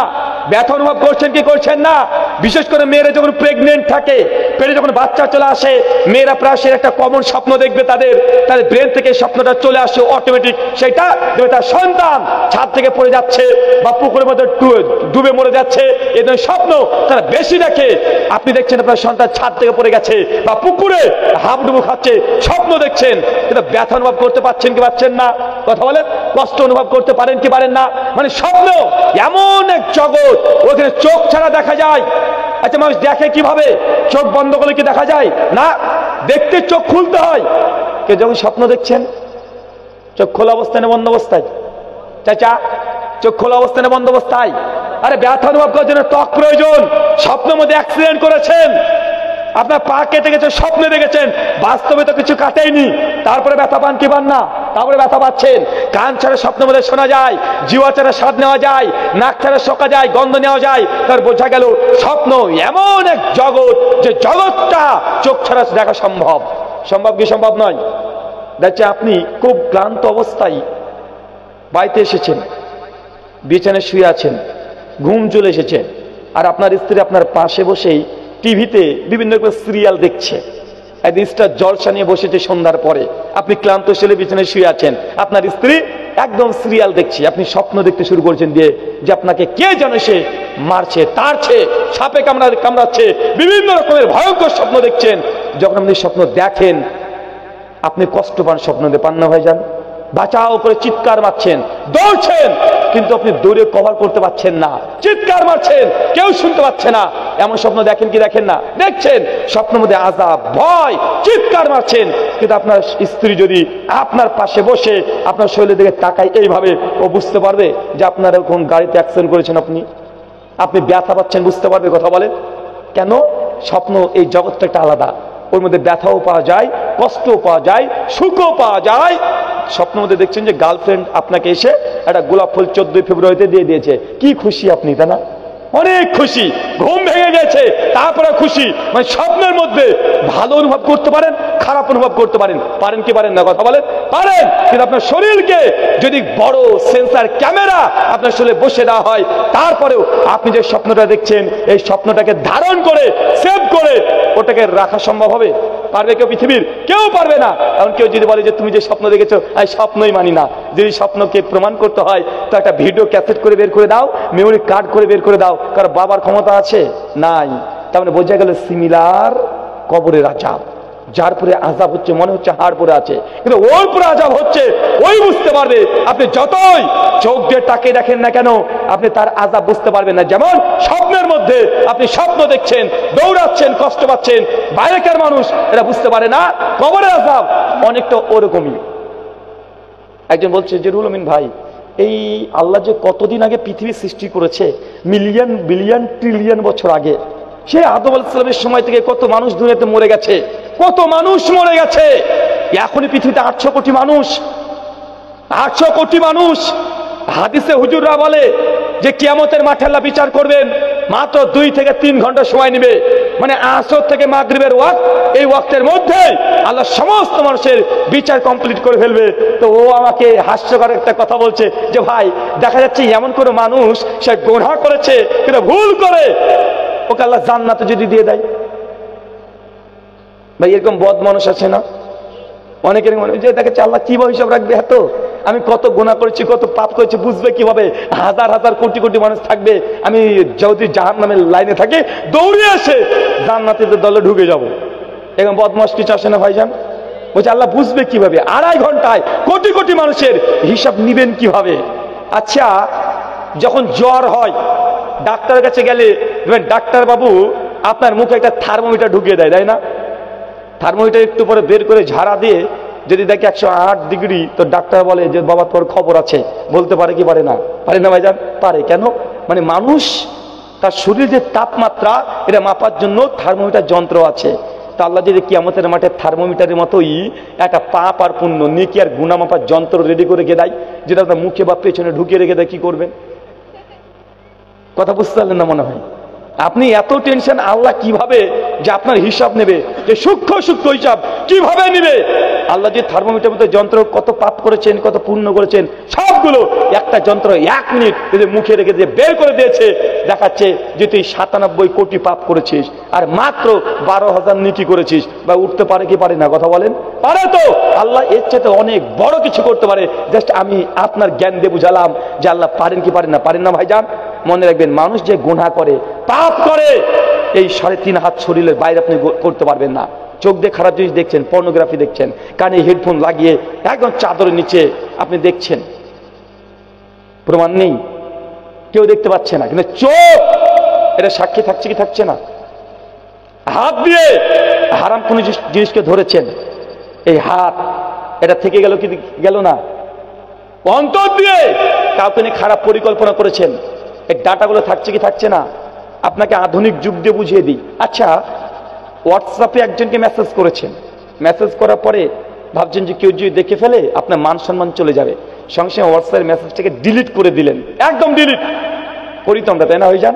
আর ভাবছি যে ডিলিট করে দিলাম মানে আর কেউ দেখতে পাবে না। আসলে কি কেউ দেখতে পাবে না? হ্যাঁ, আপনি যে ডিলিট করলেন ফেসবুক বা মেসেঞ্জার থেকে কোন একটা ডাটা ডিলিট করে দিলেন, তার মানে কি ডিলিট হয়ে গেল?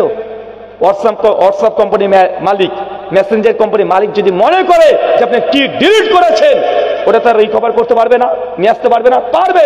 মানে একবার কিছু যদি আপনি লিখে ফেলেন, যতই ডিলিট করেন না কেন ওটা ডিলিট হয় না, ডাটা তাদের কাছে থাকে। জাস্ট আপনার সেট থেকে, আপনার সফটওয়্যার থেকে ওটাকে দেখাচ্ছে না, কিন্তু তাদের কাছে যে সফটওয়্যার লিঙ্কগুলো আছে সবগুলোকে চাইলে সেকেন্ডের মধ্যে আবার নিয়ে আসতে পারবে কি পারবে না? দুনিয়া তো একই জিনিস। কোনো পাপ যদি করেন আপনার শরীরের মধ্যে প্রত্যেকটা ডাটাবেস একদম হয়ে থেকে যায়, প্রত্যেকটা ডাটা কেউ না দেখলেও এই শরীরের মধ্যে ওই ডাটাগুলো আপনার শরীরের মধ্যে থেকেই যায়। কিয়ামতের মাঠে আল্লাহ সুবহানাহু ওয়া তাআলা যখন বিচার করবেন, চোখ দিয়ে কতগুলো গুনাহ করেছেন, হাত দিয়ে কতগুলো করেছেন, পা দিয়ে কতগুলো করেছেন, অন্তর দিয়ে কতগুলো করেছেন, যতই কেউ না জানুক আপনার হৃদয় থেকে এই ডাটাগুলো মোছা সম্ভব নয়। আল্লাহ সেই দিন বিচার করে ছেড়ে দিবে, এটা নিয়ে আপনাকে চিন্তা করতে হবে না। তাই মৃত্যুর পর যে জীবন আছে ভাই, এটা কি সংশয়ের কোনো জায়গা নেই। আপনি যতই মনে করেন সংশয়, কে দেখে এসেছে, এগুলো যৌক্তিকভাবে সায়েন্টিফিকভাবে প্রমাণ করা সম্ভব। আমি সেদিকে যাচ্ছি না, কারণ এখন যে সায়েন্টিফিকভাবে ব্যাখ্যা করতে যায় যে মৃত্যুর পর পরকাল যা আছে, অনেক আপনার সায়েন্টিফিক এই ভাষাগুলো বুঝতে পারবেন না, কিন্তু আপনি বিশ্বাস করেন মৃত্যুর পর জীবন অবধারিত, এটা থাকবেই, আপনি যতই দাবি করেন না কেন। নাই সুনান আবু দাউদ হাদিস নাম্বার 4740, আল্লাহ নবী বলছেন যে আল্লাহ যখন জান্নাতকে সৃষ্টি করলেন, কি সৃষ্টি করলেন বলেন তো? জান্নাতকে সৃষ্টি করলেন, সৃষ্টি করার পরেই ফেরেশতা জিবরিলকে ডাকছেন, জিবরিল যাও, আমি জান্নাতকে তৈরি করেছি, জান্নাতকে একবার দেখে এসো। ফেরেশতা জিবরিল সঙ্গে সঙ্গে আল্লাহর জান্নাত দেখতে গিয়েছে। জান্নাতে প্রবেশ যখন করেছে, দেখছে জান্নাতে এত সুন্দর করে আল্লাহ সাজিয়েছে, এত সজ্জিত করে সাজিয়ে দিয়েছে, দৃষ্টিনন্দন জান্নাত, যেই দিকে তাকায় সেই দিকে নতুন, মন চায় না জান্নাত থেকে চলে আসতে।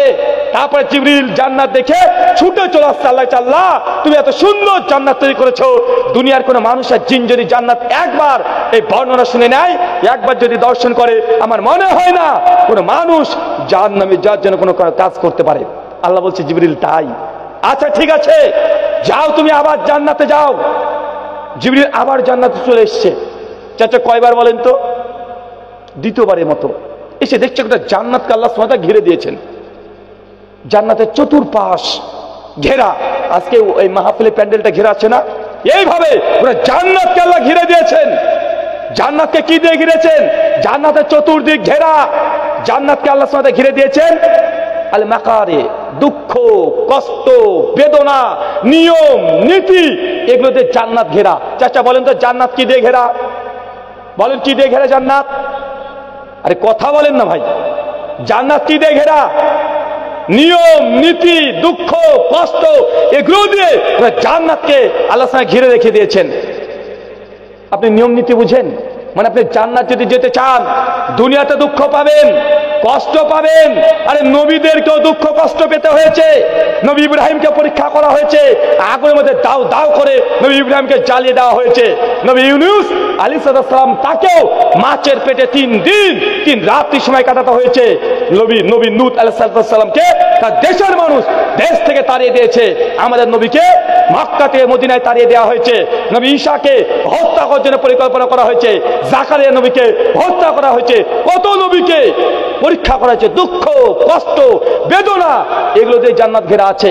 আপনারা দুনিয়ার সংসার জীবনে সামান্য একটু দুঃখ কষ্ট পেয়েছেন, তাই আর সহ্য হচ্ছে না, ডিভোর্স দিচ্ছেন, তালাক দিচ্ছেন, সংসার করে মজা পাচ্ছেন না। আসেন না, কথা বলেন। আল্লাহ নবী তো বলে দিয়েছে জান্নাতকে ঘিরেছে দুঃখ কষ্ট দিয়ে, মানে একটা দুঃখ, তারপরে কষ্ট, তারপরে নিয়ম নীতি, এইভাবে গোটা জান্নাতকে ঘিরে দেওয়া হয়েছে। আচ্ছা নিয়ম নীতি বুঝতে পারছেন? নিয়ম নীতি কাকে বলে? আমরা কোন ধর্মের মানুষ? আমরা কি মুসলিম? আচ্ছা মুসলিমে বাংলা মানে কি? মুসলিমে বাংলা মানে কি? মুসলিমটা আরবি শব্দ, মুসলিম মানে কি? দেখেন আপনার অবস্থা দেখেন, বয়স 60 হয়ে গেছে, ও যে মুসলিম, এটাকে বাংলাতে কি বলে আমরা এটাও জানি না। মুসলিম মানে শান্তি প্রদানকারী। একটু কষ্ট লাগে না হৃদয়ে যে আমি যে মুসলিম, এই মুসলিম মানে কি এটা জানবো? 60 বছর হয়ে গেলে সুযোগ হলো না। মুসলিম মানে আত্মসমর্পণকারী। কি বলেন তো ভাইজান? আত্মসমর্পণকারী কার কাছে? যে ব্যক্তি নিজের সমস্ত ইচ্ছাকে আল্লাহর কাছে সমর্পণ করে দেয়, তাকেই মুসলিম বলা হয় আরবিতে। মানে আপনি যদি সমস্ত ইচ্ছা আল্লাহর কাছে সমর্পণ করে দেন, মানে যখন নিজেকে মুসলিম দাবি করছেন, নিজের কোনো ইচ্ছা থাকবে না, কোনো ইচ্ছা নিজের মন মতো কোনো কিছু করতে পারবেন না, আল্লাহর ইচ্ছাতেই সমস্ত কিছু আপনাকে করতে হবে। এটাকে আরবিতে মুসলিম বলা হয়। এমনকি আপনি বুঝতে পারছেন মুসলিম কাকে বলে? মানে নিজের কোনো ইচ্ছায় চলবে না। মুসলিম মানে আপনি আল্লাহর কাছে বিক্রি হয়ে গেছেন, আপনি গোলাম, দাস, কৃতদাস। আপনার মালিক আল্লাহ যা বলবে তাই করবেন, নিজের কোনো মর্জি মতো কাজ করতে পারবেন না। এটাকে বলা হয় মুসলিম। আপনি দেখবেন, চলেন আপনি দেখাই মুসলিম কাকে বলে, নিয়ম নীতি কি জিনিস। আপনি মুসলমান মানে পায়ের ধাপটা নিজের ইচ্ছে মতো ফেলা যাবে না, ফেলতে পারবেন? একজন হিন্দু মানুষের প্রস্রাব চাপিয়েছে, ও বাথরুমে ঢুকবে, সে ডান দিক দিয়ে হোক, বাম দিক দিয়ে হোক, ডান পা হোক, বাম পা হোক, ডিগবাজি মেরে হোক, কোনো সমস্যা আছে? কিন্তু আপনি মুসলমান, আপনি বাথরুমে যখন ঢুকবেন, বাম পা না ডান পা আগে? চাচা ডান পা না বাম পা? বাম পা আগে। যখন বের হবেন ডান পা। কেন বলেন তো? এটা মুসলমানের পা, নিজের ইচ্ছে মতো চালাতে পারবেন না। আপনি বিক্রি হয়ে গেছেন কার কাছে? আল্লাহর কাছে সমর্পণ করে দিয়েছেন। সার্ভেন্ট অফ গড, আল্লাহর কাছে সমর্পণ করে দিয়েছেন। মুসলমানের পা নিজের ইচ্ছে মতো চলতে পারে না। দেখেন মসজিদে যখন ঢুকবেন তখন কোন পাকে ঢোকে? ডান পা। বের হওয়ার সময় বাম পা। এখানে মুসলমানের পা, ইচ্ছে মতো পাটাও ফেলা যায় না। আচ্ছা জুতো পরতে হবে, নিয়ম নীতি আছে না নাই? জামা পরার নিয়ম নীতি আছে না নাই? গাড়িতে উঠবেন, দোয়া আছে না নাই? মানে যা করবেন নিজের ইচ্ছে মতো করতে পারবেন না। আল্লাহ নবী ইমাম বুখারী কিতাব আল আদাবুল মুফরাদ হাদিস নম্বর 657 বসে আছেন, সাহাবীরা বসে আছেন। হঠাৎ করে নবী সাহাবী থেকে বলে উঠলেন, লা জালাসা, খবরদার কেউ বসবে না, আর তরিক রাস্তা থেকে বসবে না। সাহাবীরা অবাক, ইয়া রাসূলুল্লাহ কি বলেন, রাস্তাতে বসবো না মানে? মানে যে রাস্তা দেখছেন, নবী বলছে রাস্তাতে খবরদার কেউ বসবে না, রাস্তায় বসে হারাম। সাহাবীরা অবাক, আল্লাহ নবী রাস্তায় যদি আমরা না বসি আমাদের জন্য খুব কঠিন হয়ে যাবে, খুব কঠিন হয়ে যাবে। ব্যবসা বাণিজ্য, লেনদেন, আদান প্রদান সবকিছু রাস্তায়। আল্লাহ নবী রাস্তার মধ্যে বসায় লাগে। আল্লাহ নবী তখন বলছেন, রাস্তায় যদি বসতেই হয় রাস্তার হক আদায় করো। বলেন তো কি আদায় করো? রাস্তার হক আদায় করো। সাহাবীরা অবাক, রাস্তার আবার হক? তাই রাস্তা তো ইট ঢেল পাথর দিয়ে তৈরি, রাস্তার আবার হক কি? এর আবার কি অধিকার? রাস্তাকে কিভাবে সম্মান করতে হয়? আমরা আলোচনা শুনেছি অনেক, স্বামীর প্রতি স্ত্রীর হক, স্ত্রীর প্রতি স্বামীর হক, বাবার প্রতি সন্তানের হক, ছেলের প্রতি মায়ের হক, আপনার প্রতি প্রতিবেশীর হক। রাস্তা তো জড়পথ, তার আবার হক কিসের? তাকে কেউ সম্মান করতে হয়। আল্লাহ নবী রাস্তার কমপক্ষে 20খানা হকের কথা বলেছে, বিভিন্ন হাদিসে পাওয়া যায়। তার মধ্যে একটা আল্লাহ বলেছে রাস্তাতে বসবে না, বসতে যদি চাও রাস্তার অধিকার রক্ষা করো। রাস্তার অধিকার, রাস্তাতে যদি কোনো ক্ষতিকর পদার্থ পড়ে থাকে ওটা পরিষ্কার পরিচ্ছন্ন করে রাখো। রাস্তায় করে যদি উঁচু নিচু কিছু থাকে রাখা যাবে না, সমতল করে দিতে হবে, এটা রাস্তার হক। কথা কি বুঝতে পারলেন? চাচা বলেন তো জান্নাত কি দিয়ে ঘেরা? নিয়ম নীতি দিয়ে। দেখেন নিয়ম নীতি দেখেন, মুসলমান ইচ্ছে মতো রাস্তাতে চলাচল করতে পারবেন না। মন বলছে রাস্তায় বসবেন, বসতে পারবেন না। রাস্তার হক রক্ষা করতে হবে, রাস্তাকে সমতল পরিষ্কার পরিচ্ছন্ন রাখতে হবে। এলাকার রাস্তা যে আপনাদের উঁচু নিচু আছে, আপনি কবে মমতা দিদি আপনার রাস্তাকে মানে ঠিক করে দিবে এই অপেক্ষা মুসলমান থাকবে না। কি করবে? এলাকার যুবক তরুণ যারা আছে প্রত্যেক বাড়ি থেকে 100-500 টাকা চাঁদা তুলে রাস্তাকে সমতল করতে হবে, এটা রাস্তার হক। যারা তাই না করেন রাস্তাতে চলাচল আপনার জন্য জায়েজ নয়। আচ্ছা, ইন্ডিয়াতে রোড ট্যাক্স লাগে কি লাগে না? লাগে না ভাইজান? ইসলামে রোড ট্যাক্স আছে, এগুলো হচ্ছে রোড ট্যাক্স। আধুনিক বিজ্ঞানীরা তারা বলছে রোডের ট্যাক্স দিতে হয়। আল্লাহ নবী 1400 বছর আগে, মরুভূমি, কোনো রাস্তাই নাই, ইট ঢেল পাথর তো দূরের কথা, বালি আর বালি, ওই সময়তে রাস্তার হকের কথা বলছে।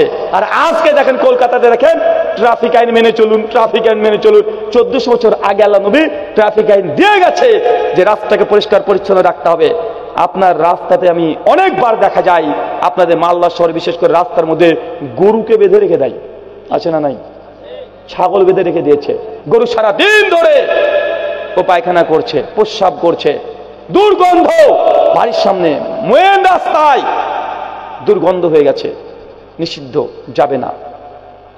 রাস্তাকে পরিষ্কার পরিচ্ছন্ন রাখতে হবে। যদি রাখতেই চান, বেঁধে রাখতেই চান, গরু যখনই প্রস্রাব পায়খানা করবে দ্রুত যত তাড়াতাড়ি সম্ভব পরিষ্কার পরিচ্ছন্ন করতে হবে, এটা রাস্তার হক। যদি রক্ষা না করেন রাস্তাতে গরু বাঁধা জায়েজ নয়। আপনি মনে বুঝতে পারলেন না কথা? বুঝতে পারলেন কি আমার কথা? খুব কঠিন মনে হচ্ছে, কিন্তু এটা ইসলাম। আপনার হচ্ছে কঠিন মনে হতে পারে। শেখ সালেহ আল উসাইমিন রাহিমাহুল্লাহ বলছেন যে একটা জমি আপনার, কথাটা ভালো করে শোনেন, এটা আপনি বারবার করে থাকেন। একটা জমি আপনার, মানে ধরেন এই স্টেজটা ধরেন এটা আপনার বাড়ি, আর ওই জায়গাটা দেখছেন ওটা আপনার নিজেরই জমি, কিন্তু এই জমিটা আপনার কাজে লাগে না। কি লাগে না বলেন তো? কাজে লাগে না, কিন্তু জমি আপনার, মালিক আপনার, টাকা দিয়ে আপনি কিনেছেন, কিন্তু ওই জমিটা গ্রামের মানুষ ব্যবহার করে। কারো মেয়ের বিয়ের প্যান্ডেল করছে, কেউ এখানে পাট জড়ো করছে, কেউ ধান রাখছে, বিভিন্ন কাজ করে না ভাইজান গ্রাম বাংলাতে, এগুলো করছে। কিন্তু আপনার মনটা একদম মানে ছ্যানমান করছে, আমার জমি কেন রাখবে পাট, আমার জমি কেন কোনো তার মেয়ের বিয়ের প্যান্ডেল করবে, ভেতরে রাগ হিংসা কাজ করছে। এই জন্যই যদি জমিটাকে ঘিরেও দেন আপনি রাস্তার হককে নষ্ট করেছেন। আপনার প্রয়োজন আপনার জমি ব্যবহার করতে পারেন, কিন্তু একজন মানুষ উপকৃত হচ্ছে, কিন্তু যে জমিটা আপনার কিন্তু আপনার প্রয়োজন হয় না, শুধু হিংসা থেকে রাস্তাকে ঘিরে দিয়েছে। ভাই এমন দেখা যায় কি যায় না? কথা বলেন, দেখা যায় না? মানে আপনার সঙ্গে পাশের বাড়ির মানুষের ঝামেলা হয়েছে, সঙ্গে সঙ্গে বড় বেটাকে বলছে এই রাস্তা ঘিরে দিতে কোন দিক দিয়ে বের হয়ে দেখে নেবো আমি, আছে না নাই? এটা আপনি করেন না? করেন। কিয়ামতের মাঠে আপনার জমি হলেও রাস্তাকে যদি ঘিরে দিয়েছেন, এই রাস্তা কিয়ামতের মাঠে আপনার বিরুদ্ধে নালিশ করবে তার হক নষ্ট করার জন্য।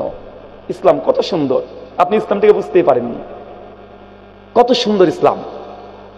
আল্লাহ নবী তারপরেই বলছেন, সুনান আবু দাউদ 26 নম্বর হাদিস, 3টে জায়গায় পেশাব পায়খানা ফিরবে না। কয়টা জায়গায়? 3 জায়গায় পেশাব পায়খানা ফেরা, মানে পেশাব ফিরবেন, পায়খানা করবেন, তাও নিজের ইচ্ছে মতো করতে পারবেন না। কেন বলেন তো?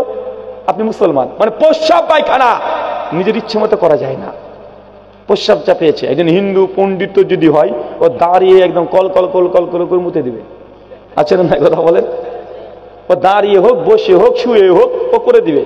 ওর কোনো বিধান আছে? কিন্তু মুসলমান, আপনি দাঁড়িয়ে প্রস্রাব করতে পারবেন স্বাভাবিকভাবে? কথা বলেন না, বসতে হবে। প্রস্রাব করতে ঢুকেছেন, বাথরুম পায়খানাটা দেখছেন পশ্চিম দিকে মুখ করা আছে, কিবলার দিকে। ওই প্রস্রাব পায়খানা যদি কোটি টাকা দাম হয়, তারপরে ওই প্রস্রাবখানাতে প্রস্রাব করতে পারবেন? পায়খানা করতে পারবেন? আচ্ছা, প্রস্রাব পায়খানা করছেন, হঠাৎ করে মোবাইলে ফোন এসেছে, ফোনটা ধরেছেন, পায়খানার মধ্যে বসে পাশ থেকে আপনাকে ওই মোবাইলের মধ্যে সালাম দিয়েছে, উত্তর দিতে পারবেন? পারবেন না। প্রস্রাব পায়খানা ফিরছেন, হঠাৎ করে হাঁচি চলে এসেছে, হাঁচি আসলে কি বলতে হয়? আলহামদুলিল্লাহ বলতে হয়। এখন পায়খানার মধ্যে আছেন, আলহামদুলিল্লাহ বলতে পারবেন? পারবেন না। বাথরুম থেকে বের হওয়ার সময় নিজের ইচ্ছে মতো বের হতে পারবেন? পারবেন না। দোয়া পড়তে হবে, ডান পাগে দিতে হবে, কতগুলো নিয়ম নীতি দেখেছেন। মানে আপনি একটু হাগু করবেন নিজের ইচ্ছে মতো না। এটা হচ্ছে ইসলাম। আর নবী এই কথাই বলছে যে জান্নাত ঘেরেছে নিয়ম নীতি দিয়ে। জান্নাত কি দিয়ে ঘেরা আছে? নিয়ম নীতি দিয়ে। যেখানে যাবেন সেইখানে নিয়ম। কেন? আপনি আল্লাহর কাছে বিক্রি হয়ে গেছেন। মুসলমান মানে আত্মসমর্পণকারী, নিজের কোন ইচ্ছার 5 পয়সা মূল্য থাকবে না। যা আল্লাহ বলেছে, নবী বলেছে, তাদের কথা মতো চলতে হবে। এটাকে বলা হয় মুসলিম। প্রস্রাব পায়খানা নিজের ইচ্ছে মতো ফেরা যায় না। আল্লাহ নবী তারপরে বলছে 3টে জায়গায় প্রস্রাব পায়খানা ফেরো না। এক, যে জলাশয়, পানি, পুকুর থেকে মানুষ পানি ব্যবহার করে। বুঝতে পারলেন? আপনার এলাকাতে আছে না পুকুর, মাঠ ঘাট আছে, যে দেখবেন মেয়েরা থালা বাসন মাজছে, কেউ একজন গোসল করছে, কাপড় কাচ্ছে। আল্লাহ নবী বলছেন এই পুকুরে প্রস্রাব পায়খানা, কাশ, থুতু, নোংরা আবর্জনা ফেলা যাবে না। আমি মাঝে মধ্যে যখন বাড়িতে যাই প্রোগ্রাম করে অনেক রাত্রিতে, তো বহরমপুর যখন পার করি, রাধার ঘাটের ব্রিজটা আছে, দেখেছেন আপনারা? তো ওইখানে দেখি কলেজের অনেক ছেলেরা রাত্রিবেলাতে দাঁড়িয়ে দাঁড়িয়ে একদম ব্রিজ থেকে নিচে গঙ্গা নদী চলে যাচ্ছে, ব্রিজে দাঁড়িয়ে হিসু করছে। এই হিসু কিন্তু এমনি না, মানে হিসু করছে প্রতিযোগিতা, কারটা কত স্পিডে যায়। ভাই এমন বদমাশ আছে না? মানে কারটা কত জোরে যায়, ওটা হচ্ছে প্রতিযোগিতা। মানে দুনিয়াতে কোনো প্রতিযোগিতা কিছু পায় নাই, হিসুর স্পিড কত। 1400 বছর আগে আল্লাহ নবী বলে দিয়েছেন যে পানি মানুষ ব্যবহার করে, ব্যবহারযোগ্য পানির মধ্যে প্রস্রাব পায়খানা, কাশ, থুতু এগুলো ফেলা যাবে না। কিন্তু আমাদের সমাজে আছে না নাই? কথা বলেন, আছে না নাই? আছে। আল্লাহ নবী বলছেন যে বৃক্ষের নিচে মানুষ আশ্রয় নাই। মানে আপনাকে এইভাবে বুঝতে হবে, মানে মাঠ ঘাটের মধ্যে দেখবেন একটা বাবলা গাছ আছে, একটা কৃষক সারাদিন কাজ করে, বিশ্রামের জন্য গাছের নিচে শুয়ে থাকে কিছুক্ষণ, বা নামাজ পড়ছে বা খাওয়া দাওয়া করছে, একটু বিশ্রাম নিচ্ছে। আল্লাহ নবী বলছে এই গাছের নিচে খবরদার কেউ প্রস্রাব পায়খানা ফিরবেন না। মানে প্রস্রাব পায়খানা ফিরতে হলে কতগুলো নিয়ম লাগে দেখেছেন? মানে বুঝতে পারছেন কি আমার কথা আপনি? জান্নাত কি দেখে বলেন তো? নিয়ম নীতি দিয়ে। মানে প্রস্রাব করবেন, পায়খানা করবেন, 20 থেকে 25টা নিয়ম নীতি মানতে হবে।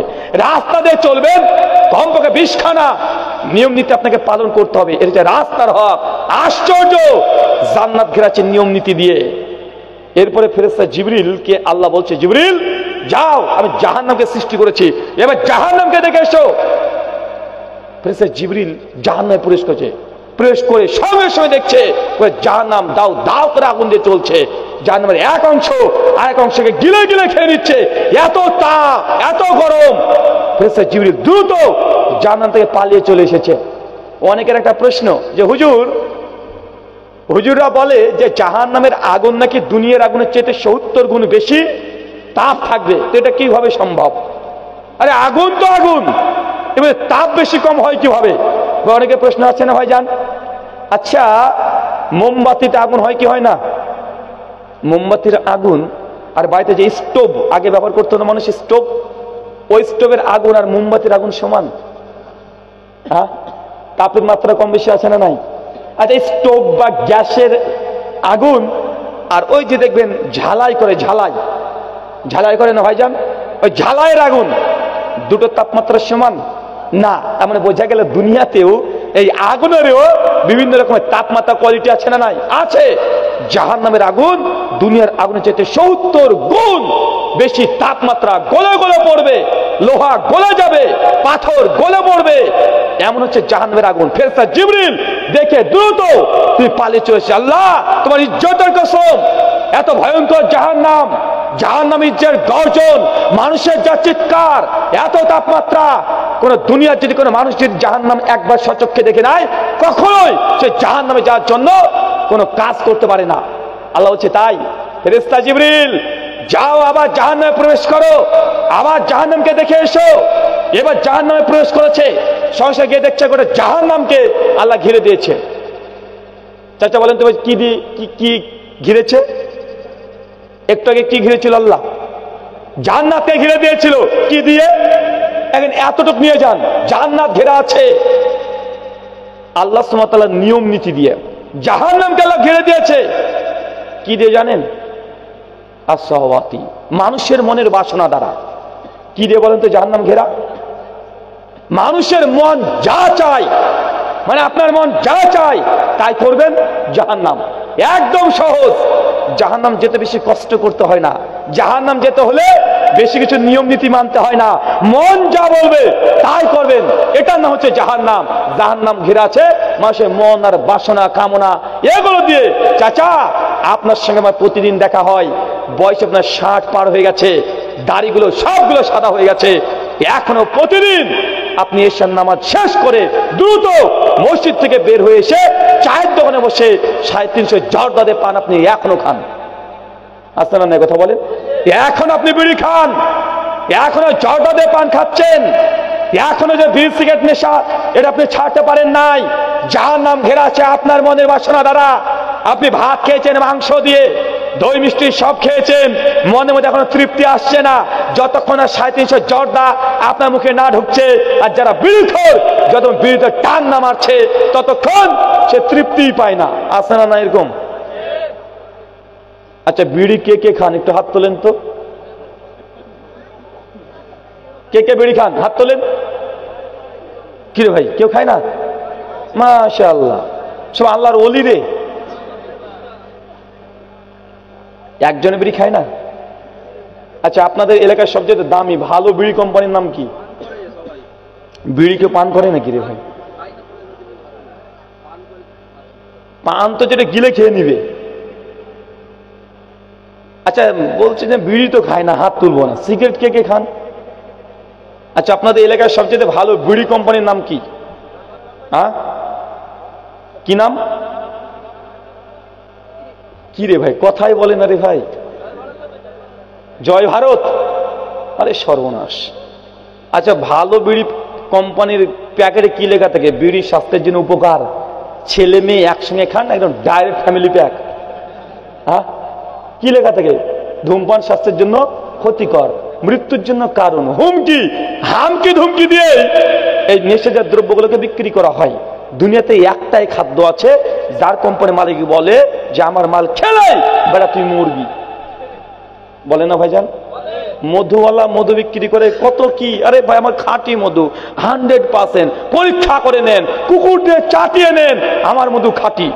ও খাঁটি বলতে বলতে ও পাগল হয়ে যায়। আর যত নেশাজাত দ্রব্য আছে ওরা এক দেয় যে ধূমপান স্বাস্থ্যের জন্য ক্ষতিকর, মৃত্যুর কারণ, মদ্যপান ধ্বংসের কারণ, পরিবার ধ্বংস, শরীর ধ্বংস। ভাই দেয় কি দেয় না কথা বলেন? মানে শয়তানকে আল্লাহ যে বলেছে শয়তান তো প্রকাশ্য শত্রু, শয়তান এসে বলছে যে তুমি বিড়ি খা, যারা মূর্খ যারা পড়তে পারে না তাদের জন্য কোম্পানি কত ভালো, মানে এই বিড়ি কোম্পানির মালিক যে কত আল্লাহর ওলি, মানে যারা পড়তে পারে না ওরা বলতে পারে যে কি লেখা ছিল জানি না। এখন বিড়ি কোম্পানি বিড়ি সিগারেট যত সবগুলোতে ছবি দিয়ে দেয়, এদের মানে গালটা ফুলে গেছে, দেখেন না ভাইজান, ঘা হয়ে গেছে, মুখটা বেরিয়ে গেছে, বিকৃতির ছবি দেখলে ঘিন ঘিন করে, এই ছবি দেয় কি দেয় না? দিয়ে দেয়। মানে কোম্পানি বলছে তুই খার মর। তারপর আমরা খাচ্ছি কি খাচ্ছি না? চাচা কত বছর ধরে বিড়ি খাচ্ছেন? আপনি তো বয়স যখন 12 তখন তো লতা তালেন, লতা লতা লতা কি বলে ওটাকে? লতা বলে না? বাবা যখন আপনার বিড়ি খেত মুথাটা ফেলে দিত, ওই মুথা ধরে টেনেছেন। হ্যাঁ আমি জাস্ট একটা পরিসংখ্যান নিয়েছি কিছুদিন আগে। নেশাজাত দ্রব্য মানুষের শুধু শরীরকে ক্ষতি করে না, অর্থনীতি ধ্বংস করে ছেড়ে দেয়। কিভাবে জানেন? আপনার বয়স যদি 60 হয়, কমপক্ষে 40 বছর ধরে আপনি বিড়ি খাচ্ছেন। কত বছর? 40 বছর। আমাদের ইন্ডিয়ার রিপোর্ট বলছে, মানে ওয়ার্ল্ড হেলথ অর্গানাইজেশন, তারা বলছে যে ভারতবর্ষের 140 কোটি মানুষের মধ্যে 53% মানুষ নেশাজাত দ্রব্য খায়, পান করে। কত পার্সেন্ট? 53%। তাহলে 140 কোটি যে 53% করেন, কত হবে? লাগভাগ প্রায় ধরেন 70-75 কোটি। 70 কোটি ধরেন। কত কোটি তাহলে? 70 কোটি মানুষ নেশার দ্রব্য খায়, পান করে। আপনি জানেন একজন মানুষ যারা নেশা করে প্রতিদিন কত টাকা খরচ করে? সর্বনিম্ন 50 টাকা, সর্বোচ্চ 2 থেকে 2,500 টাকা। মানে আপনি বিড়ি খান, ফকিন্নির বাচ্চা। কথা বুঝতে পারলেন? আপনি ফকির, কিছু পান না, বিড়ি টানছেন বসে বসে। এই যে নিম্ন লেভেলের নেশা করে, তারও বিড়ি, সিগারেট, জর্দা এগুলোতে প্রতিদিন 50 টাকা খরচ আছে না নাই? কথা বলে আছে। আর যারা মদ বড় বড় 5 স্টার হোটেলে গিয়ে খাচ্ছে 2,500-3,000 হাতের ময়লা, মানে প্রতিদিন 53-50-70 লক্ষ কোটি মানুষ প্রতিদিন 50 টাকা থেকে 2,500 টাকা পর্যন্ত শুধু নেশার পেছনে খরচ করে। কত টাকা? নেশার পেছনে। আচ্ছা, এভারেজ যদি করে নেন, পরিসংখ্যান বলছে কমপক্ষে গড়গড়ান একটা মানুষ এভারেজ হয়, কেউ 50 খাচ্ছে 50 টাকা, কেউ 200 টাকা, কেউ 500, কেউ 1000, কেউ 3000, কেউ 5000। গড়গড়ান যদি ধরা যায়, একটা মানুষ প্রতিদিন 200 টাকা করে বিড়ির পেছনে খরচ করছে। মানে আপনার 50 টাকা লাগলে আরেকজন তো 600 টাকা লাগে না? আচ্ছা, 1000 টাকা লাগছে। গড়গড়ান এই 50% মানুষ, মানে 70 কোটি মানুষ প্রতিদিন 200 টাকা করে নেশার পেছনে খরচ করে, ইনভেস্ট করে। কোথায়? ইন্ডিয়াতে। কোথায়? আচ্ছা, একটু হিসাব করেন তো, 70 কোটি মানুষ প্রতিদিন যদি 200 টাকা করে নেশাতে দেয়, খরচ কত হলো? বের করেন তো, ক্যালকুলেটর ধরবে? 70 কোটি 200, মানে 1 টাকা করে খেলেও 70 কোটি টাকা হয়। 10 টাকা হলে 700 কোটি, 100 টাকা হলে 7,000 কোটি। যদি 100 টাকায় ধরেন, প্রতিদিন ভারতে, ইন্ডিয়াতে 7,000 কোটি টাকা শুধু নেশার পেছনে মানুষ ফুরিয়ে ফেলছে। 7,000 কোটি, এটা মাসের নয়, একদিনের। চিন্তা করতে পারছেন আপনি? আপনি আপনার বয়স নিয়ে দেখেন না চাচা, প্রতিদিন যদি বিড়িতে 50 টাকা আপনি খরচ করেন, 1 মাসে ক টাকা খান বলেন? হিসাব করেন। 1500। আপনি কত বছর ধরে খাচ্ছেন? 40 বছর। এক দিনে যদি 50 হয়, মাসে হয় 1,500 টাকা। 1 বছরে কত হয়? 1 বছরে কত?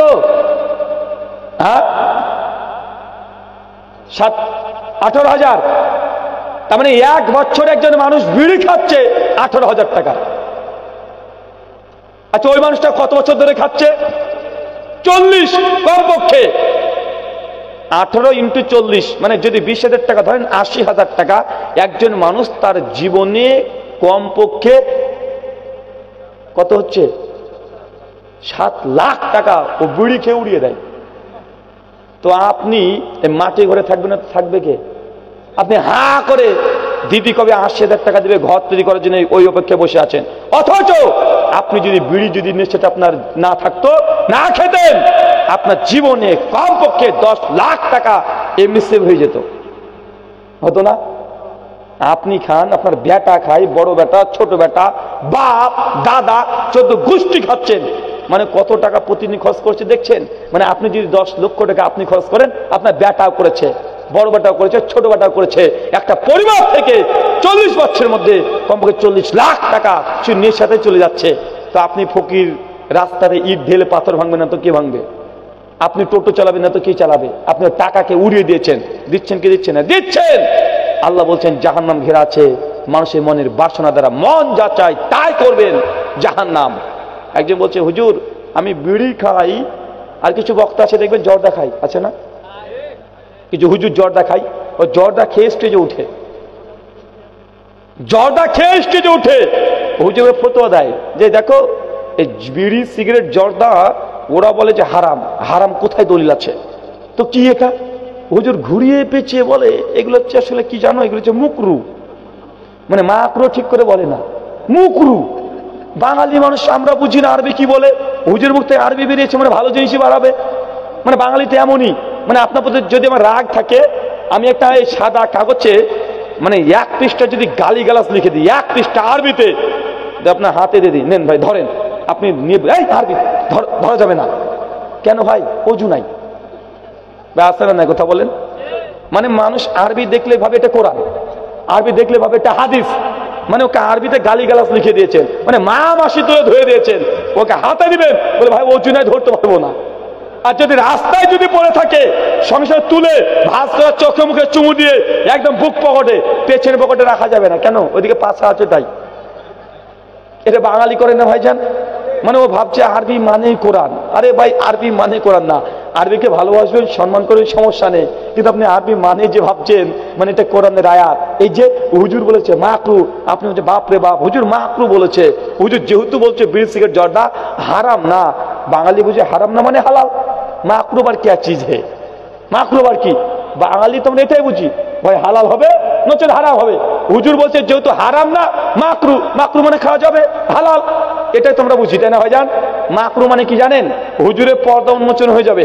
মাকরু মানে মানে একটা জিনিস হারাম তাকে বলে যে 100তে 100 পেয়েছে, এটা হচ্ছে হারাম। কথা বুঝতে পারলেন?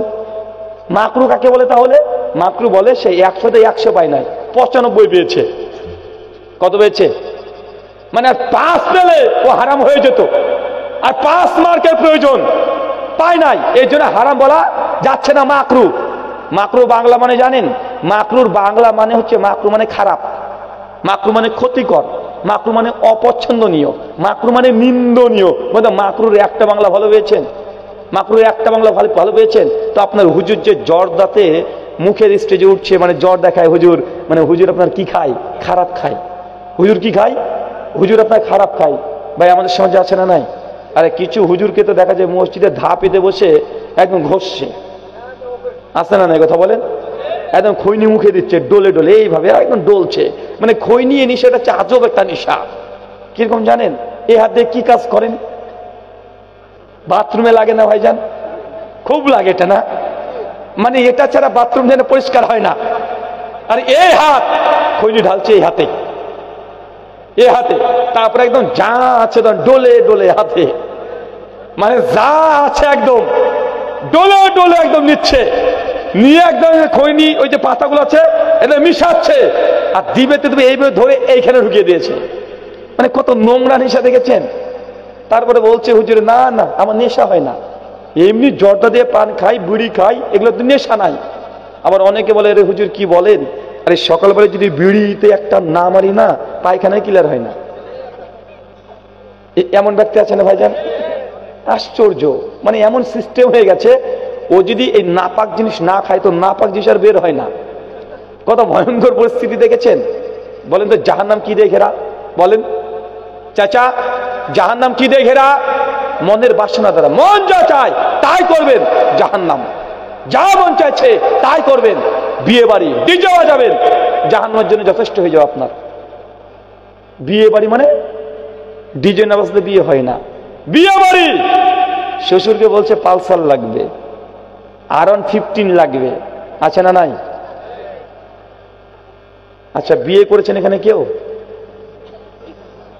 যৌতুক কে কে নিয়েছেন একটু হাত তোলেন তো দেখি। শ্বশুরের কাছ থেকে খাট কে কে নিয়েছেন? হ্যাঁ কে নিয়েছেন? কিরে কোথায় বক্তব্য দিতে নিয়ে এসছেন? সব আল্লাহর ওলি, একটাও গুনাহ করে না এরা, একটাও পাপ এদের ভেতরে নাই। যৌতুক নেন না আপনারা? কেউ বাদ দেয়নি না? শেখ আব্দুর রাজ্জাক বিন ইউসুফ হাফিজাহুল্লাহ তিনি বক্তব্যতে বলেন, কাপুরুষের বাচ্চা, কাপুরুষ, তোমাকে যৌতুক নিতে কে বলেছে? তোমাকে বাপ আর বেটাকে দিনাজপুর স্টেশনে ভিক্ষা করে খেতে হবে, এগুলো বলে না ভাইজান? তারপরে আপনার লজ্জা হয় না, তারপরে আপনার লজ্জা যারা পরিমাণে হয় না। আগামী কালকের মধ্যে যৌতুকে যে টাকা নিয়েছেন শ্বশুর বাড়ি থেকে, আগামী কালকে ফেরত দিতে হবে, নচে সারা জীবন যদি ইবাদত করেন ইবাদত কবুল হবে না। হারাম খেলে ইবাদত কবুল হবে? হুজুর আমি শ্বশুর কাছে চাইনি, আমার শ্বশুর এমনি দিয়েছে। তোমার শ্বশুরের কত বড় মন, শ্বশুর কাছে চায়নি, এমনি গাড়ি দিয়েছে, মোটর সাইকেল দিয়েছে। তো তোমার শ্বশুর আমাকে দেয় না কেন? তোমাকে দেয় কেন? শুধু কেন পাশে বাড়ির লোককে দিতে পারে না? পাশে বাড়ির মানুষ ভিক্ষা করে খায়, খেতে পায় না, তোমার শ্বশুর তা খেতে দেয় না, তোমাকে খাট দিয়েছে কেন? তোমার শ্বশুর তো চৌকিতে শুয়ে থাকে, তোমাকে খাট কেন দিল? বলছে হুজুর আমি ডিমান্ড নেই, তবে শ্বশুর যদি কিছু হাদিয়া দেয় নিয়ে থেকে পারবো। বলছে হাদিয়া নেওয়া তো সুন্নাত, এবং শ্বশুর যদি হাদিয়াতে কিছু দেয় আমাকে, তো শুধু হাদিয়াকে নেওয়া সুন্নাত, দেওয়া সুন্নাত নয়। শ্বশুর যদি তোমাকে যদি গ্ল্যামার গাড়ি দিয়ে দেয়, শ্বশুর তোমার সাইকেলে চড়ে, তারপরের দিন তুমি একটা সুপার স্প্লেন্ডার কিনে শ্বশুরকে বলবে যে আব্বা আমি এটা আপনার জন্য কিনে এনেছি, এটা গ্রহণ করেন। পারবেন তো? আবার যদি পারেন তাহলে যৌতুক নেন। কেন? আপনি হাতে হিসাবে নিবেন, তো আপনাকে তো দিতে হবে। সারা জীবন শ্বশুর কাছে নিয়েই গেলেন, খাট নিলেন, আলমারি থেকে শুরু করে ঘর সাজিয়ে 5 লাখ টাকা নগদ টাকা। আগের দিনে মানুষ আবার কত নির্লজ্জ ছিল, সাইকেল আর হেরিকেন পর্যন্ত নিত। ভাই নাই নাই, সাইকেল যদি আবার ক্যারিয়ার পেছনে না থাকে রাগ।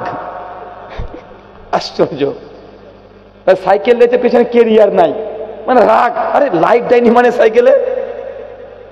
এখন ওই সাইকেল থেকে 4 চাকা চলে এসেছে, আসছে কি আসছে না? আসছে। জাহান্নাম যাওয়ার জন্য নিজের মন যা চায় তাই করবেন, জাহান্নাম যথেষ্ট। এই দুটো কথা বাড়িতে নিয়ে যান। কয়টা কথা নিয়ে যাবেন? মন যা চায় আপনার করবেন, জাহান্নাম। জান্নাত আল্লাহ যা আদেশ করেছে পালন করবেন, নিয়ম নীতি মানবেন, জান্নাত। আর নতুন করে আপনাকে কিছু বোঝানোর দরকার নেই, দুটো নিয়ম। আপনার মন বলছে এটা ভালো, করি না একটা গল্প, মেয়েটার সঙ্গে ফোন ধরে বসে আছেন, করি না, সমস্যা কি? দিনই বোন আপনার বলছে হুজুর একটা মেয়েকে আমি মেসেঞ্জারে দাওয়াত দিতে পারবো? একটা মেয়েকে একটা ছেলে 22-24 বছর ছেলে মেসেঞ্জারে ফেসবুকে ও দাওয়াত দিবে, কিসের? ইসলামের দাওয়াত দিবে। মানে ওর বাড়ির আশেপাশে যত মেয়ে আছে সব একদম 5 ওয়াক্ত নামাজ পড়ে, সব আল্লাহর ওলি, দেশের মানুষ পায় না। একটা মেয়ে মানুষ তার বাড়ি কোথায়? বাংলাদেশে, ও ইন্ডিয়া থেকে দাওয়াত দিবে মেসেঞ্জারে।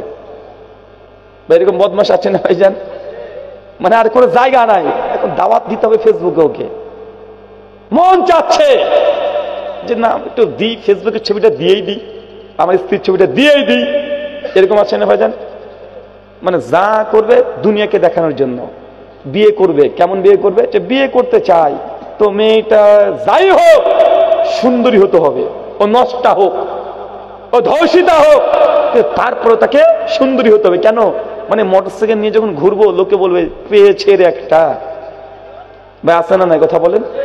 তোমাকে বলে যাই, ভালো করে কথাটা শুনে রাখবেন।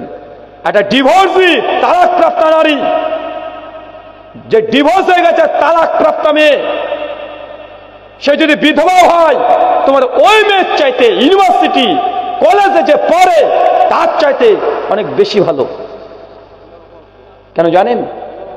কারণ ওই মেয়েটি যে ডিভোর্সি হয়েছে, তালাক প্রাপ্তা, বিধবা হয়েছে, সে বৈধ জায়গাতে তার স্বামীর কাছে নিজের যৌবনটাকে দিয়েছে। কিন্তু যে মেয়েটিকে তুমি মনে করছো যে না অনেক বড়, একদম স্মার্ট, অনেক শিক্ষিত, সে যে বিয়ে ছাড়াই কত তার বয়ফ্রেন্ডের সঙ্গে বিছানা শেয়ার করছে তুমি নিজেই জানো না। আল্লাহ সুবহানাহু ওয়া তাআলা যুবক তরুণ যারা আছে তাকে বোঝার তৌফিক দান করুন, সকলে পড়ি আমিন। 3টে আমলের কথা বলবো, যে 3টে আমল করলে জান্নাতে আপনিও ঘর পাবেন। কি বললাম চাচা? ওমর বিন খাত্তাবের মতো, আসিয়ার মতো, খাদিজার মতো 3টে আমল আপনাকে শিখিয়ে দিব, যেটা সহিহ বুখারী মুসলিম হাদিস দ্বারা প্রমাণিত। করলে আপনিও জান্নাতে ঘর পাবেন। বলবো 1, সহিহ বুখারী 450 নম্বর হাদিস। আল্লাহ নিয়ে বলছেন কোন ব্যক্তি যদি এই দুনিয়াতে একটা মসজিদ নির্মাণ করে দেয়। কি নির্মাণ করে দেয়? কথা বলেন। মসজিদ নির্মাণ করে দেয়। আল্লাহ নিয়ে বলছেন বাইতুল ফিল জান্নাহ, আমি আল্লাহ তার জন্য জান্নাতে একটা ঘর দিয়ে দেব। করতে পারবেন ইনশাআল্লাহ? এই কথাটা কানে ঢুকলো না? না কাজ নাই, জান্নাতে ঘর নেবে, টাকা দিবে, এরকম মনে হচ্ছে না? দেখেন লোভ নেই, মানে জান্নাতে যদি ঘর পাবেন মানে আপনি উদাসীন, কারণ আপনি বিশ্বাসই করেন না কিয়ামত যে হবে কত ভয়ঙ্কর, এখন আপনাকে বুঝাতে ব্যর্থ। তার জন্য অন্তর আপনার লালসা আসে না জান্নাতের। এখন যদি আপনাকে বলা হয় যে আগামী শুক্রবার কালকে আয়, তুই কালিয়াচকে আসবি, তোকে 4টে মুরগির বাচ্চা দেবো, শুধু যদি বলেন 4টে মুরগির বাচ্চা দেবো, দেখেন এখান থেকে আপনার গ্রামের সব মানুষ কালিয়াচকে কালকে গিয়ে বসে থাকবে ভোরবেলা থেকে। থাকবে কি থাকবে না? কথা বলে থাকবে। তাহলে আল্লাহ নবী বলছে কেউ যে দুনিয়াতে একটা মসজিদ নির্মাণ করে দেয়, বাইতুল ফিল জান্নাহ, জান্নাত আমি তাকে ঘর দিয়ে দেবো। পাকা 10 তলা করতে হবে এমনটা নয়। সুনান ইবনে মাজাহ 738 নম্বর হাদিস। আল্লাহ নবী বলছেন এটা পায়রা ঢোপের সমান, ডিমের সমানও যদি কেউ একটা মসজিদ নির্মাণ করে দেয়, বাইতুল ফিল জান্নাহ, পায়রা ঢোপের সময় মসজিদ তৈরি করা যায় নাকি? ইমাম আহমেদ ইবনে হাম্বল রাহিমাহুল্লাহ বলছেন এর অর্থ হচ্ছে এইটা একজন মানুষ এক জায়নামাজ সমপরিমাণ। এক জায়নামাজ বুঝেন মানে এক মুসাল্লা, মানে একজন মানুষের নামাজ পড়ার জায়গা ওই 2 ফিট বাই 4 ফিট একটা টাচ, এই সমপরিমাণ কেউ যদি মসজিদ তৈরি করে দেয় তার জন্য জান্নাত। কিভাবে করবেন? এই আমলটা আমি বাংলাদেশে খুব বেশি দেখেছি এবং মালয়েশিয়াতে যখন গিয়েছিলাম তখন দেখছি প্রায় মসজিদে লেখা আছে এক মুসাল্লা 60,000 টাকা। আমি নিজেই বুঝতাম না এক মুসাল্লা 60,000 মানে। আমি মসজিদে কর্তৃপক্ষকে জিজ্ঞেস এটা কি এক মুসাল্লা 60,000? ওরা বলছে যেটা হচ্ছে সুনান ইবনে মাজাহ এই হাদিস যে আল্লাহ নবী বলছে কেউ যদি পায়রা ঢোপের সমান জায়গায় যদি মসজিদ তৈরি করে দেয় আল্লাহ জান্নাত থেকে ঘর দেবে। তো আমরা এক মুসাল্লা বলতে একজন মানুষের নামাজ পড়ার যে জায়গা 2 ফিট বাই 4 ফিট, মানে আপনার জায়নামাজের সমান। আপনি যে কোনো ইঞ্জিনিয়ারের কাছে চলে যাবেন, ওকে যদি বলেন যে ভাই এই 2 ফিট বাই 4 ফিট এই যে স্কয়ার ফিট একটা মানে সিমেন্ট, বালি, ইট, রড, ইলেকট্রিক, জমি সব কত টাকা খরচ পড়বে বলে দিতে পারবে কি পারবে না? পারবে না? বলে দিবে যে আপনার জমি থেকে শুরু করে ইলেকট্রিক লাইট টাইট প্লাস্টার রং সব মিলে 60,000 বা 65,000 টাকা পড়বে। এখন যদি আপনি এই 60 বা 65,000 টাকা যদি বলে দেন যে এই টাকাটা এই খরচটা অন্তত একটা মসজিদ নামাজ পড়ার জায়গা, আমি গোটা পারবো না, গোটা মসজিদ পারবো না, কিন্তু একজন ব্যক্তির নামাজ পড়ার জায়গা করে দিতে পারবেন কি পারবেন না? কথা বলেন। পারবেন। আল্লাহ নবী বলছে তার জন্য বাইতুল ফিল জান্নাত, তাকে জান্নাতে ঘর দেওয়া হবে। ইনশাআল্লাহ পারবেন তো এবার? হ্যাঁ, মানে বলতেও ভয় পাই। 2 সুনান তিরমিজি হাদিস নম্বর 415। আল্লাহ নবী বলছেন কোন বান্দা যদি প্রতিদিন 12 রাকাত সুন্নাত নামাজ, কত রাকাত? আরো জোরে বলেন। 12 রাকাত ফরজ নামাজ বাদ দিয়ে 12 রাকাত সুন্নাত নামাজ পড়ে। কিভাবে? জোহরের আগে 4, পরে 2, মাগরিবের পরে 2, এশার পরে 2, ফজরের আগে 2, টোটাল 12 রাকাত সালাত আদায় করে আল্লাহ নবী বলছেন বাইতুল ফিল জান্নাহ, আমি আল্লাহ তাকে জান্নাতে ঘর দিয়ে দেব। এই আমলটা করা যাবে? চাচা চাচা বয়স অনেক হয়ে গেছে, অনেক হয়ে গেছে আপনার বয়স, বেশি ইবাদত করতে পারে না, অন্তত আজকে হাদিসটা জানার পরে এই সুন্নাত নামাজের সঙ্গে গাফিলতি করিয়েন না। এই সুন্নাত নামাজ 12 রাকাত যে কোনো মূল্যে আপনি আদায় করবেন, যতক্ষণ মুসাফির না হচ্ছেন, যে কোনো মূল্যে। আর সুন্নাত নামাজ বাড়িতে পড়ার চেষ্টা করবেন। কোথায়? কোথায়? বাড়িতে। সহিহ বুখারী 731 নম্বর হাদিস। আল্লাহর নবী প্রত্যেক সুন্নাত নামাজ তিনি বাড়িতে পড়তেন। কোথায় পড়তেন? বাড়িতে পড়তেন। সুন্নাত নামাজ মসজিদে পড়ার চেয়ে বাড়িতে পড়াটা উত্তম, নেকি বেশি। আপনি মসজিদে কেন পড়েন? আল্লাহ নবী সুন্নাত নামাজ কোথায় পড়তেন? বাড়িতে। আবু বকর রাদিয়াল্লাহু আনহু বাড়িতে একটা মসজিদ তৈরি করেছিলেন। আপনার বাড়িতে ডাইনিং টেবিল আছে, জামাইয়ের জন্য ঘর আছে, মেয়ের জন্য ঘর আছে, আল্লাহর জন্য ঘর কই? বাড়িতে আল্লাহর ঘর কই? আপনার স্ত্রী নামাজ পড়বে, মেয়ে নামাজ পড়বে, আপনি নফল ইবাদত করবেন কোন ঘরে? যেই ঘরে স্ত্রী কিনে শুয়েছেন ওই ঘরে? ওটা তো আপনার ঘর। ইবাদতের ঘর কই আপনার বাড়িতে? হিন্দুদেরকে দেখেন গোটা বাড়ি তারা করে সিঁড়ির তলে হলেও একটা ঠাকুরের ঘর করে রেখে দেয়, যখন প্রয়োজন ওই ঘরে গিয়ে সিঁড়ির তলে গিয়ে হলেও তারা তাদের মন্ত্রতন্ত্র জপ করে। আছে না নাই? আর এটা মুসলমানদের প্রত্যেক সাহাবী বাড়িতে তারা একটা ইবাদত খানা তৈরি করত। মানে আপনার বাড়ি যদি থাকে কাঁচা হোক তারপরেও একটা ঘর তৈরি করেন, রেখে দেন ইবাদত খানা, একদম জায়নামাজ বিছিয়ে রাখবেন, কোরআন মাজিদ রেখে দিবেন, সমস্ত কিছু সজ্জিত করে সেন্ট আতর দিয়ে সুগন্ধি করে রেখে দিবেন। যখনই প্রয়োজন আল্লাহর সঙ্গে কথা বলার, রাত্রে গভীর রাতে উঠে ওই ঘরে গিয়ে অজু করে 2 রাকাত নামাজ পড়ে দেখবেন নামাজের মিষ্টতা কাকে বলে, কত মিষ্টতা লাগে। বেশি দামি করতে হবে না, কাঁচা করেন, টিন দিয়ে করেন, মানে ছাদে একটা ঘর করে দেন ইবাদত খানা। আপনার মেয়ে আপনার নিজের স্ত্রী, মা, বৌমা সবাই ওই জায়গাতে নামাজ পড়বে। আপনিও যখন সুন্নাত নামাজের দরকার ওখানে গিয়ে নামাজ পড়েন, দেখেন কত মিষ্টি লাগবে। মসজিদের ফ্লেভার বাড়িতেই পেয়ে যাবেন। কথা মনে বুঝতে পারলেন না? চাচা বলে তো সুন্নাত নামাজ কোথায় পড়বেন? বাড়িতে। দ্রুত বাড়িতে একটা ইবাদত খানা তৈরি করেন। এই সুন্নাত হারিয়ে গেছে, এই সুন্নাত এখন আছে। সব মসজিদে গিয়ে সুন্নাত পড়ছে, মসজিদে সুন্নাত পড়ার জায়গা নয়, পড়াটা জায়েজ। তবে উত্তম কথা চাচা, বাড়িতে দ্রুত আপনাকে একটা ইবাদত খানা তৈরি করতে হবে। ইবাদতে যদি মনোযোগী হতে চান, ইবাদতে যদি স্বাদ পেতে চান, ইবাদত করে যদি আনন্দ পেতে চান, চোখে যদি পানি ফেলতে চান, দ্রুত আপনাকে বাড়িতে ইবাদত খানা তৈরি করতে হবে। একটা ঘর তৈরি করতে, ভাঙা হলেও করতে হবে, 2 ফুট হলে আপনাকে করতে হবে। না, এটা ইবাদতের জায়গা। জিকির করব, তসবিহ পড়ব, কোরআন পড়ব, এখানে তাহলিল করব, যা করব ওই জায়গাতে করব। কথাকে বুঝতে পারলেন আমার? 3 দারিমি হাদিস 438, আল্লাহ নবী বলছেন, কোন ব্যক্তি যদি প্রতিদিন 10 বার সূরাতুল ইখলাস, কি বলেন তো চাচা? সূরা ইখলাস জানেন? বাবু আমি তো জানি না। চাচা আপনি জানেন, নামটা জানেন না। কোন সূরা বলেন তো? কুল হুয়াল্লাহু আহাদ, বলো তিনি আল্লাহ এক এবং অদ্বিতীয়। আল্লাহুস সামাদ, আল্লাহ কারো মুখাপেক্ষী নন।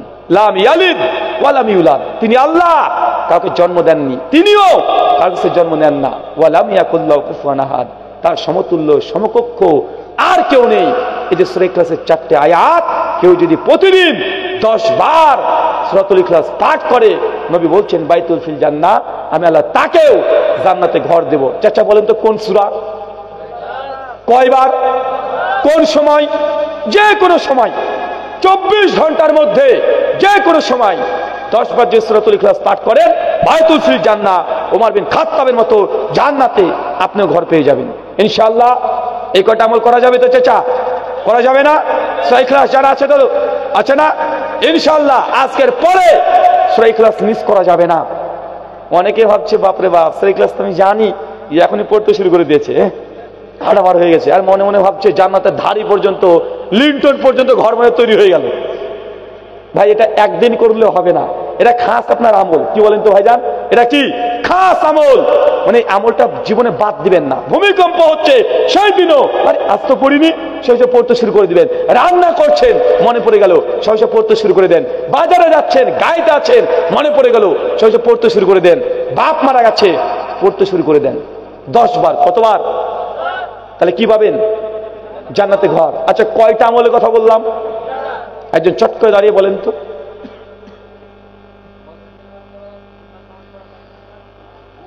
আর সূরাতুল ইখলাস, মাশাআল্লাহ। পেছন থেকে বলেন তো একজন। আরে ভাই বল রে ভাই, আমি খারাপ কিছু বলছি নাকি, গাল দিতে বলছি নাকি? আরে কতটুকু শিখলেন সেটা তো বলবেন। কয়টা আমলের কথা বললাম? 3টে। 1 মসজিদ নির্মাণ করা, সম্ভব যদি না হয় 1 মুসাল্লার সমপরিমাণ জায়গা। বাপ মারা গেছে, 40 খানা করে বাপকে জান্নাতে পাঠানো যাবে না, বরং জাহান্নামে চলে যাবে।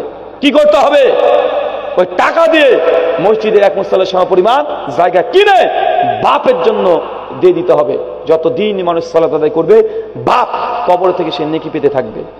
কথা বুঝতে পারলেন? 2 সুন্নাত নামাজ 12 রাকাত মিস করা যাবে না, ঝড় আসুক তারপরে মিস করা যাবে না। 3 সূরা ইখলাস 10 বার, এটা মিস করা যাবে না। 3টে আমল, এই 3টে আমল করলে আপনিও আম্মা খাদিজার মতো, আসিয়ার মতো, ওমর বিন খাত্তাবের মতো আগে থেকেই জান্নাতে আল্লাহ সুবহানাহু ওয়া তাআলা আপনার জন্য ঘর রেডি রেখে দিবেন। মরবেন, কিয়ামত সংঘটিত, জান্নাতে ঘর পেয়ে যাবেন ইনশাআল্লাহ। আল্লাহ তুমি কবুল করে, সকলে বলি আমিন। আজকের এই যে আলোচনা সভা হচ্ছে অর্থের জন্য বলেছে, আমি টাকা পয়সা কোনোদিন কালেকশন করি না। যদি আপনারা মনে করেন যে আপনাদের নেকির প্রয়োজন আছে, যদি মনে হয় যে না নেকির দরকার আছে, তাহলে অর্থ দিয়ে যাবেন নিজের দায়িত্বে। জোর করে আপনাকে নেকি কামাতে হবে বা জোর করে আপনাকে নেকি কামিয়ে দেব, এটা আমাদের সম্ভব নয়। যদি মনে হয় যে না জান্নাতে যার দরকার আছে, গুনাহ পাপ করেছি, একটু নেকির দরকার আছে, তাহলে এখানে দান সাদকা করে আল্লাহর কাছে দোয়া করুন যে আল্লাহ আজকে দান সাদকা করলাম, তুমি আমার এই দান সাদকাকে কবুল করো। আপনাদের যার যা সামর্থ্য আছে এসে দিয়ে যাবেন। যে প্রশ্নোত্তর আছে? আচ্ছা খুব বেশি না, কে আছে ভাই? একজন পড়েন তো। দৃষ্টি দেবে না, মাথা নিচু করবে। তো আপনার স্ত্রীকে সুন্দর করে ফেসবুকে দিয়ে দিয়েছেন, তো এই তো আব্দুর রাজ্জাক বিন ইউসুফের ভাষায় কা পুরুষের বাচ্চা, কা পুরুষ আপনি। কি বলেন তো ভাইজান? মানে আপনার বউকে গোটা বিশ্বের মানুষকে দেখাতে হবে, মানে জিনিস আর কিছু পাননি, এখন বউ ব্যবসা করতে হবে। মানে আপনি বউকে নিয়ে খুব ব্যবসা বেশি করেন। ওই যে বন্ধন অফিসে বউকে দিয়ে চলে আসেন, বউ 10,000 টাকা নিয়ে এসে দেয়। আর প্রত্যেক সপ্তাহে বন্ধন অফিস থেকে কিছু অফিসার আসে, আপনার স্ত্রী হাতে সুন্দর করে লাল চা দুধ চা খাই, এসে গল্প করে, টাকা নিয়ে চলে যায়, আছে না নাই কথা বলেন? মানে স্বামীগুলো যে এত কাপুরুষ, এত নোংরা চরিত্র হয়ে গেছে যে বউকে দিয়ে এখন ব্যবসা করছে। সোশ্যাল মিডিয়াতে অনেকগুলো বিভিন্ন সাইডও আছে, মেয়েদের উচ্ছৃঙ্খল রিলস করছে, আছে না ভাইজান? নোংরা, মানে শরীর দেখিয়ে ইনকাম করতে হবে, হচ্ছে সরাসরি ওই যে যেসব জায়গায় পট্টিগুলো আছে ওখানে চলে যাওয়াই ভালো। একদম ডাইরেক্ট করে, নাচতে নেবে ঘুঙুর দিয়ে লাভ নেই। মহিলা কি ছেলেদের মতন খাতনা করতে পারে? সুনান আবু দাউদ তিরমিজির হাদিস, আল্লাহ নবী বলেছেন প্রত্যেক নবীদের কমপক্ষে 5 থেকে 10 খানা সুন্নাহ, কমন সুন্নাহ। এক, গোপটাকে ছোট করা, দাড়িটাকে বড় রাখা, যাবতীয় অবাঞ্ছনীয় যে পশম বা চুল আপনার শরীরের অঙ্গ প্রত্যঙ্গের গোপন যেগুলো আছে, ঊর্ধ্বটান 40 দিন, 40 দিনের মধ্যে কর্তন করতে হবে। এই যে প্রত্যেক নবীদের সুন্নাত, যেন খতনা করা, পুরুষের খতনা করতে হবে, এটা সকলে একমত, ওয়াজিব করতে হবে। মহিলাদের ব্যাপারে যে হাদিসগুলো সুনান আবু দাউদ আসছে, এই হাদিসের মধ্যে প্রত্যেকটা দুর্বলতা আছে, সনদগুলো যায়িফ। কি বলেন তো ভাইয়া? হাদিসগুলো কি যায়িফ। এই জন্য এই হাদিসের উপরে অধিকাংশ মুহাদ্দিসগণ বলেছেন মেয়েদের জন্য খতনা করা এটা ওয়াজিব বা সুন্নাত কিছুই না। যদি প্রয়োজন হয়, যেসব দেশগুলোতে যেমন ইরাক, ইরান প্রচন্ড গরম, ওইদিককার মানে মেয়েদের ফিজিক্যাল গঠনই আলাদা, তাদের বায়োলজিক্যাল গঠনই আলাদা, এগুলো প্রকাশ্যে বলা যায় না। তো তাদের জন্য জাস্ট মুস্তাহাব। কেন? কিছু প্রবলেম হয় তাদের জন্য।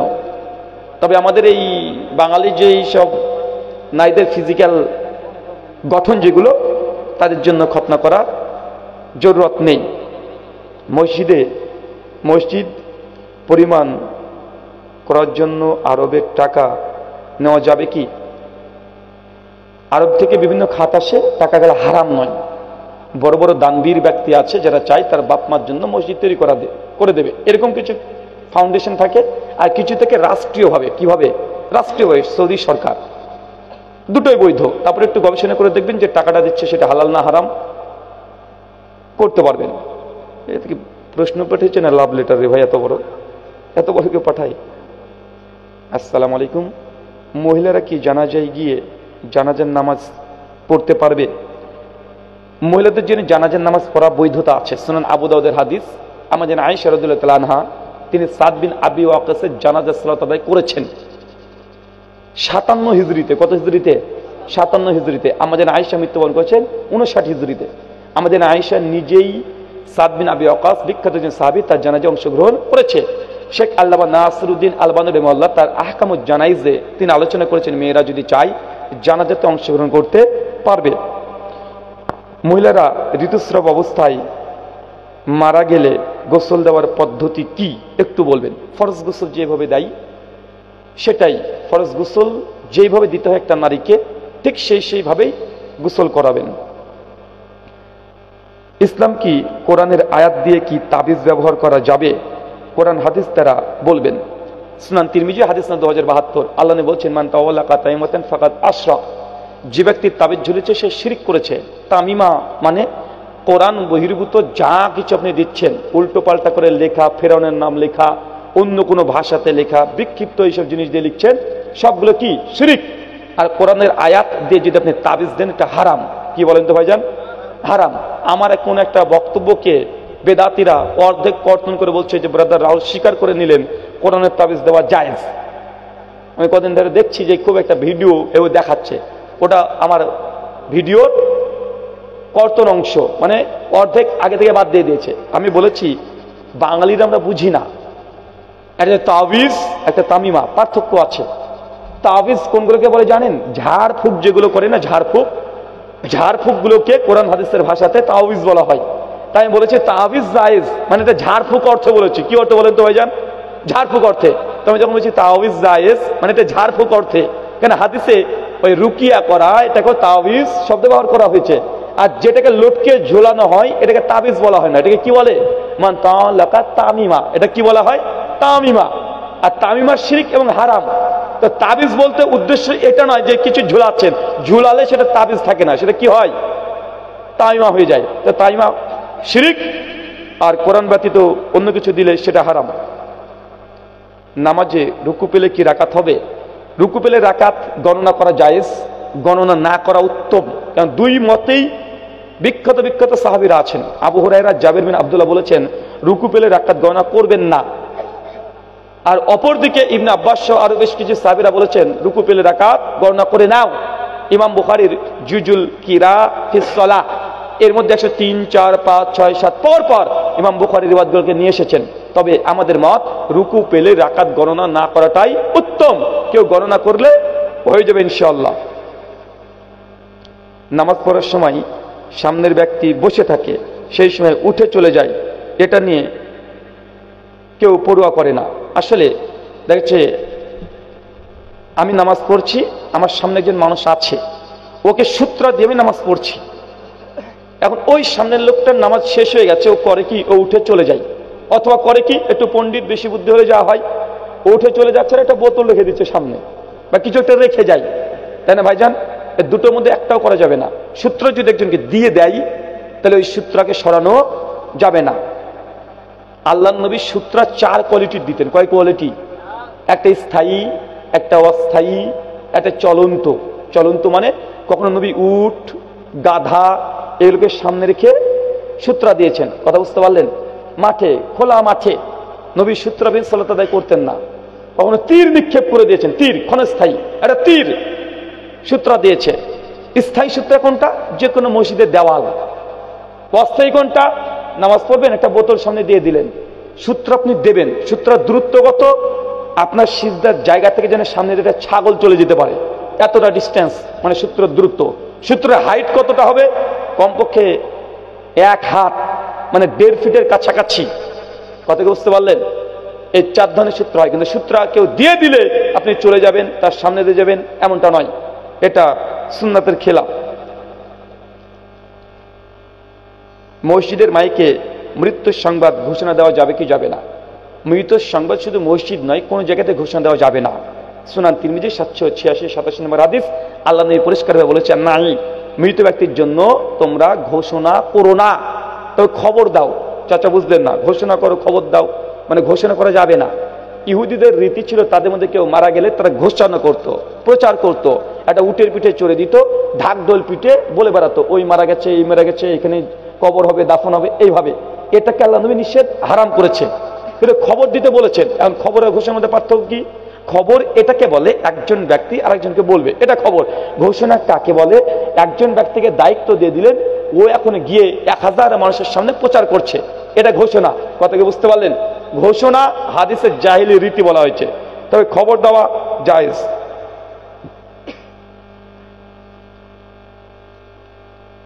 জুমার দিন 2 আজান দেওয়া যাবে কি যাবে না? ইখতিলাফি মাসালা। জুমার দিন 1 আজান দেওয়া সুন্নাত, সুন্নাতে নবী, সুন্নাতে আবু বকর, সুন্নাতে ওমর, সুন্নাতে আলী, সুন্নাতে অর্ধ খিলাফত ওসমান। 4 খলিফা, 3 খলিফাই একটা আজান দিয়েছে। ওসমান বিন আফফান তিনিও একটা আজান দিয়েছেন দীর্ঘ 6 বছর। শেষে এসে তিনি 2টা আজান দিয়েছেন। তারপরে বোঝা গেল কি, 4 খলিফার মধ্যে কয় খলিফা? 3.5 খলিফায় একটা আজান দিয়েছেন, নবী একটা দিয়েছেন। এখন কোনটা বেশি ভালো?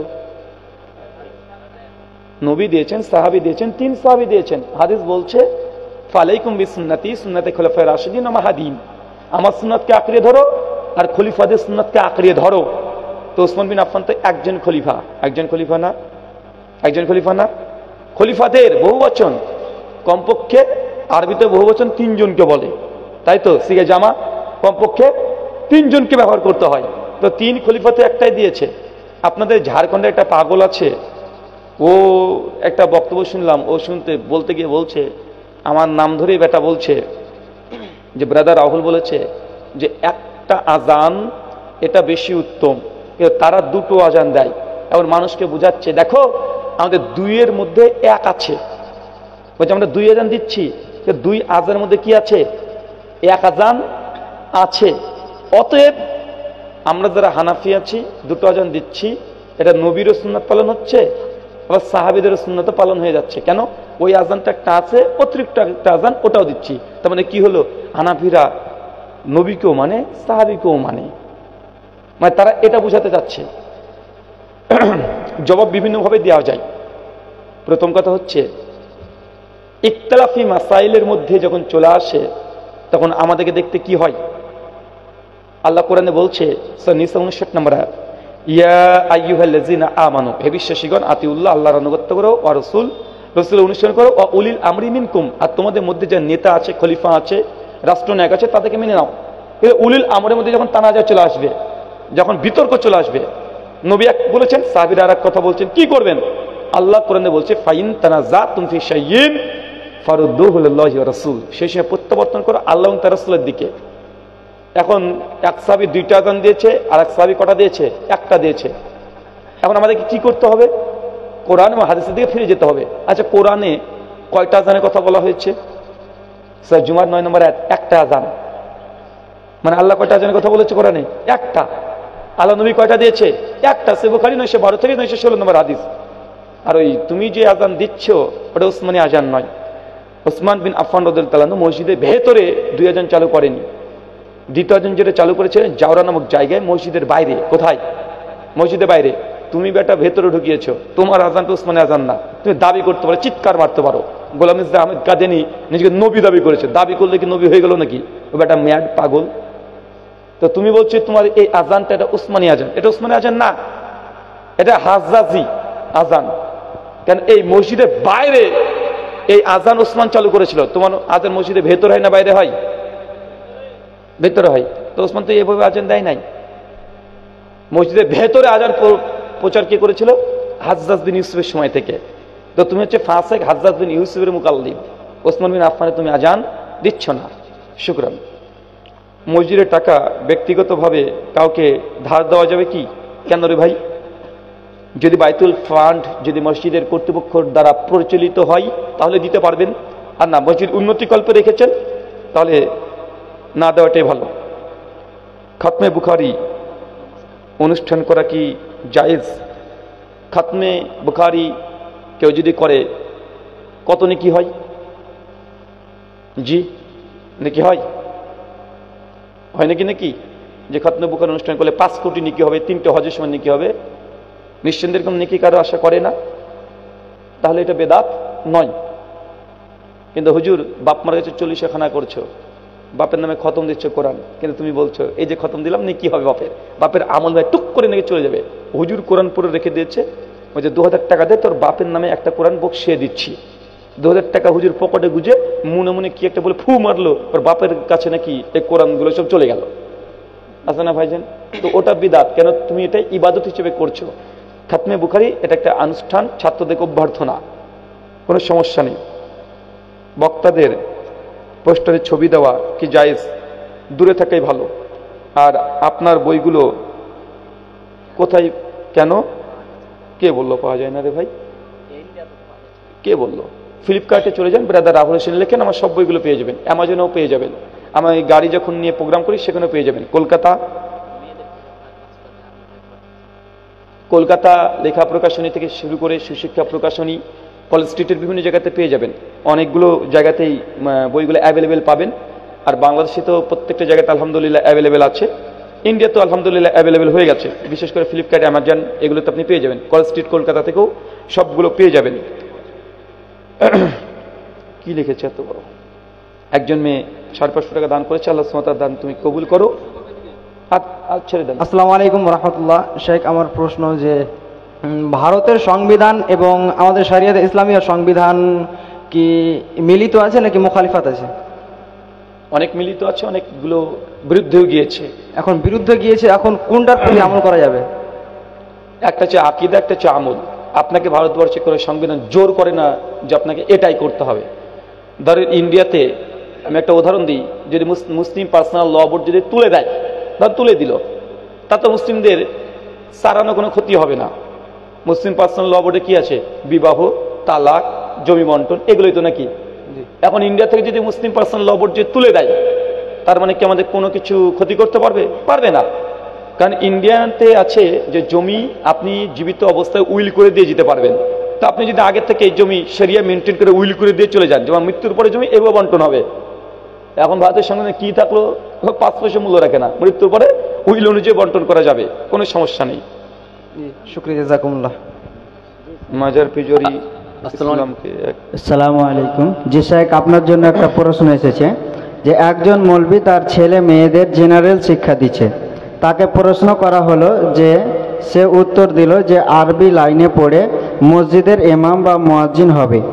তা আমরা সাধারণ পাবলিক আমাদের ছেলে মেয়েদেরকে কোন শিক্ষা দিতে হবে একটু জানাবেন। আপনি দিনের শিক্ষাটা বেশি দেবেন। উনি যেটাকে জগৎটাকে বেশি প্রাধান্য দিয়েছে তার জন্য বলেছেন আপনি দিন তার ইসলামকে প্রাধান্য দেবেন। এবং দুনিয়াবী যে শিক্ষা প্যারালাল, অনেক এখন স্কুল হয়ে গেছে অলরেডি, দিন দুনিয়ার সঙ্গে প্যারালাল শিক্ষা দেওয়া হয়, ওইগুলোকে আপনি শিক্ষা দেবেন। শুকরান, জাযাকাল্লাহ খায়রান, বারাকাল্লাহ ফিক। আল্লাহ সুবহানাহু ওয়া তাআলা যে কথা বললাম হুজুর একটা প্রশ্ন আমাকে তারপর আপনাদের প্রত্যেককে আমল করার তৌফিক দান করো, আমিন। আমাদের মধ্যে যারা অসুস্থ আছে আল্লাহ সুবহানাহু ওয়া তাআলা তুমি শাফি, তুমি সুস্থতা দানকারী, আমাদের প্রত্যেককে শিফায়ে কুল্লিয়া দান করো, সকলে পড়ি আমিন। আমাদের মধ্যে যারা মৃত্যুবরণ করেছে আল্লাহ সুবহানাহু ওয়া তাআলা তারা যদি শিরিক না করে মৃত্যুবরণ করে তুমি তাকে ক্ষমা করে জান্নাতুল ফেরদৌস দান করো, সকলে পড়ি আমিন। এই বলে আজকের মতো আলোচনা প্রশ্নোত্তর শেষ করলাম। ওমা আলাইনা ইল্লাল বালাগ। সুবহানাকা আল্লাহুম্মা ওয়া বিহামদিক ওয়া আশহাদু আল্লা ইলাহা ইল্লা আনতা আস্তাগফিরুকা ওয়া আতুবু ইলাইক। আসসালামু আলাইকুম ওয়া রাহমাতুল্লাহি ওয়া বারাকাতুহু।